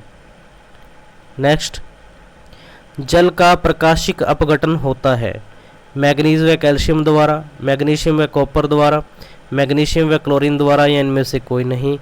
तो मैग्नीज व क्लोरीन द्वारा जल का प्रकाशिक अपघटन होता है। नेक्स्ट क्वेश्चन, बिंदु स्राव होता है रात्रि के समय वाष्प उत्सर्जन की दर कम हो, जल अवशोषण की दर अधिक हो, उपरोक्त सभी कारकों द्वारा। तो आंसर आपका रहेगा उपरोक्त सभी कारकों द्वारा। वाष्पोत्सर्जन को प्रभावित करते हैं तापक्रम, प्रकाश की तीव्रता, आर्द्रता व वायु और उपरोक्त सभी। तो ये सभी है वाष्पोत्सर्जन को क्या करते हैं? प्रभावित करते हैं। नेक्स्ट क्वेश्चन, प्रकाश श्वसन का घटता क्रम है C3, C4 या कैम? C4, C3 या कैम पादप, कैम, C3, C4 या इनमें से कोई नहीं। तो प्रकाश श्वसन का घटता क्रम इसका आंसर रहेगा ऑप्शन फर्स्ट। नेक्स्ट, क्रेंज एनाटोमी किन पादपों में पाई जाती है? C3, C4, CAM, कैम, इनमें से कोई नहीं। तो जो क्रेंज एनाटोमी है किस प्रकार के पादपों में पाई जाती है? इसका जो आपका राइट आंसर होगा C4 पादप, ठीक है। नेक्स्ट क्वेश्चन, प्रकाश संश्लेषण की क्रिया में ऑक्सीकरण होता है जल का, कार्बन डाइऑक्साइड का, ग्लूकोज का या इनमें से कोई नहीं। तो किसका जो है ऑक्सीकरण होता है? जल का। नेक्स्ट, ग्लूकोज का सामान्य सूत्र है C6H20O10 या C17H35OH, C2H5OH या C6H12O6। तो ये है C6H12O6 ग्लूकोज का सामान्य सूत्र। C2H5OH किसका सूत्र है? आप कमेंट करके ज़रूर बताएं। प्रकाश संश्लेषण की क्रिया में ऊर्जा उत्पादित होती है ADH के रूप में, NTP के रूप में, ATP के रूप में या इनमें से कोई नहीं। तो किस रूप में होती है? ATP के रूप में। ATP की फुल फॉर्म क्या है? ये भी आप मेरे को कमेंट करके बताएं, लेकिन अगला क्वेश्चन भी यही है। ATP का पूरा नाम क्या है? Adenine thymine phosphorus, adenosine triphosphate, adenine triphosphate या इनमें से कोई नहीं। तो इसका जो आपका आंसर रहेगा एडिनोसिन ट्राईफॉस्फेट। किसमें प्रकाश संश्लेषण की क्रिया होती है? शैवाल, कवक, अमरबेल या इन सभी में? तो प्रकाश संश्लेषण की प्रक्रिया किसमें होती है? शैवाल में होती है। नेक्स्ट क्वेश्चन है, निम्न में से प्राथमिक पोषक तत्व है? आपको बताना है प्राथमिक पोषक तत्व कौन सा है? नाइट्रोजन, फास्फोरस, पोटेशियम, ये सभी। तो ये तीनों ही कैसे हैं? प्राथमिक पोषक तत्व है। कैल्शियम व मैग्नीशियम के अलावा द्वितीयक पोषक तत्व है गंधक, कार्बन, हाइड्रोजन या नाइट्रोजन। तो इसका जो आपका आंसर रहेगा गंधक होगा, ठीक है। नेक्स्ट क्वेश्चन है, कीट भक्षी पौधे कीटों से प्राप्त करते हैं? कीट भक्षी पौधे कीटों से क्या प्राप्त करते हैं? ऑप्शन है हमारे पास हाइड्रोजन, पोटेशियम, फास्फोरस या नाइट्रोजन। तो ये क्या प्राप्त करते हैं भाई? नाइट्रोजन प्राप्त करते हैं, ठीक है ना। वो कीट भक्षी जो पादप है जिसमें ड्रोसेरा, डायोनिया, यूट्रिकुलेरिया, है ना, ये एग्जाम्पल है इसके। पिक्चर प्लांट, तो ये क्या करते हैं? नाइट्रोजन की पूर्ति करने के लिए इनका कीटों का क्या करते हैं? भक्षण करते हैं। शुद्ध जल का जल विभव होता है 0, 1, 2 या अनंत। तो शुद्ध जल का जल विभव क्या होता है? 0 होता है। नेक्स्ट, किन पादपों की जड़ें श्वसन के लिए भूमि से बाहर निकल आती हैं? समोद्भिद, लवणोद्भिद, जलोद्भिद या इनमें से कोई नहीं। तो ऐसी कैटेगरी में कौन आते हैं? लवणोद्भिद आते हैं, जिनकी जड़ें श्वसन के लिए भूमि से बाहर आ जाती हैं। इनको इंग्लिश में जीरोफाइटिक भी बोला जाता है भाई। नेक्स्ट क्वेश्चन है, मेहंदी का पौधा उदाहरण है। मेहंदी का पौधा उदाहरण है शाक, झाड़ी, वृक्ष या इनमें से कोई नहीं। तो जो मेहंदी का पौधा ये किसका उदाहरण है? झाड़ी का उदाहरण है। झाड़ी के तने की क्या विशेषताएं होती है? कमेंट करके जरूर बताएं आप। तरबूज का पौधा है आरोही, वलरी, शाक या इनमें से कोई नहीं। तो तरबूज का जो पौधा है कैसा होता है? वलरी होता है। मूसला मूल, देखिए क्वेश्चन क्या हमारे पास, मूसला मूल का उदाहरण है मक्का, गेहूं, गन्ना या नीम। आप अपना राइट आंसर चूज कीजिए। मूसला मूल का उदाहरण पूछा है मक्का, गेहूं, गन्ना या नीम, तो नीम इसका उदाहरण है। अपस्थानिक मूल का एक उदाहरण आप मेरे को कमेंट करके बताएं। तने में उत्प्लावकता किस प्रकार के पौधे का गुण है? जलीय, स्थलीय, वायवीय या इनमें से कोई नहीं। तो तले में उत्प्लावकता किस प्रकार के पौधे का गुण है? ये जलीय पौधों का गुण होता है। तो ये थे फ्रेंड्स 30 क्वेश्चन आज के इस वीडियो में, और टॉपिक था हमारा पौधे के प्रकार व भाग, पादपों में पोषण, श्वसन व उत्सर्जन। आपको ये वीडियो कैसा लगा? अगर अच्छा लगा हो तो इसको लाइक कीजिए, शेयर कीजिए, और अभी तक अगर आपने चैनल को सब्सक्राइब नहीं किया तो सब्सक्राइब कीजिए, बेल आइकन को प्रेस कीजिए। ये सारे क्वेश्चन आपकी एनसीईआरटी और आरबीएसई बुक में से बनाए गए हैं, और जितना हो सके आप वीडियो को शेयर कीजिए। मिलते हैं नेक्स्ट वीडियो में एक नए टॉपिक के साथ, तब तक के लिए धन्यवाद।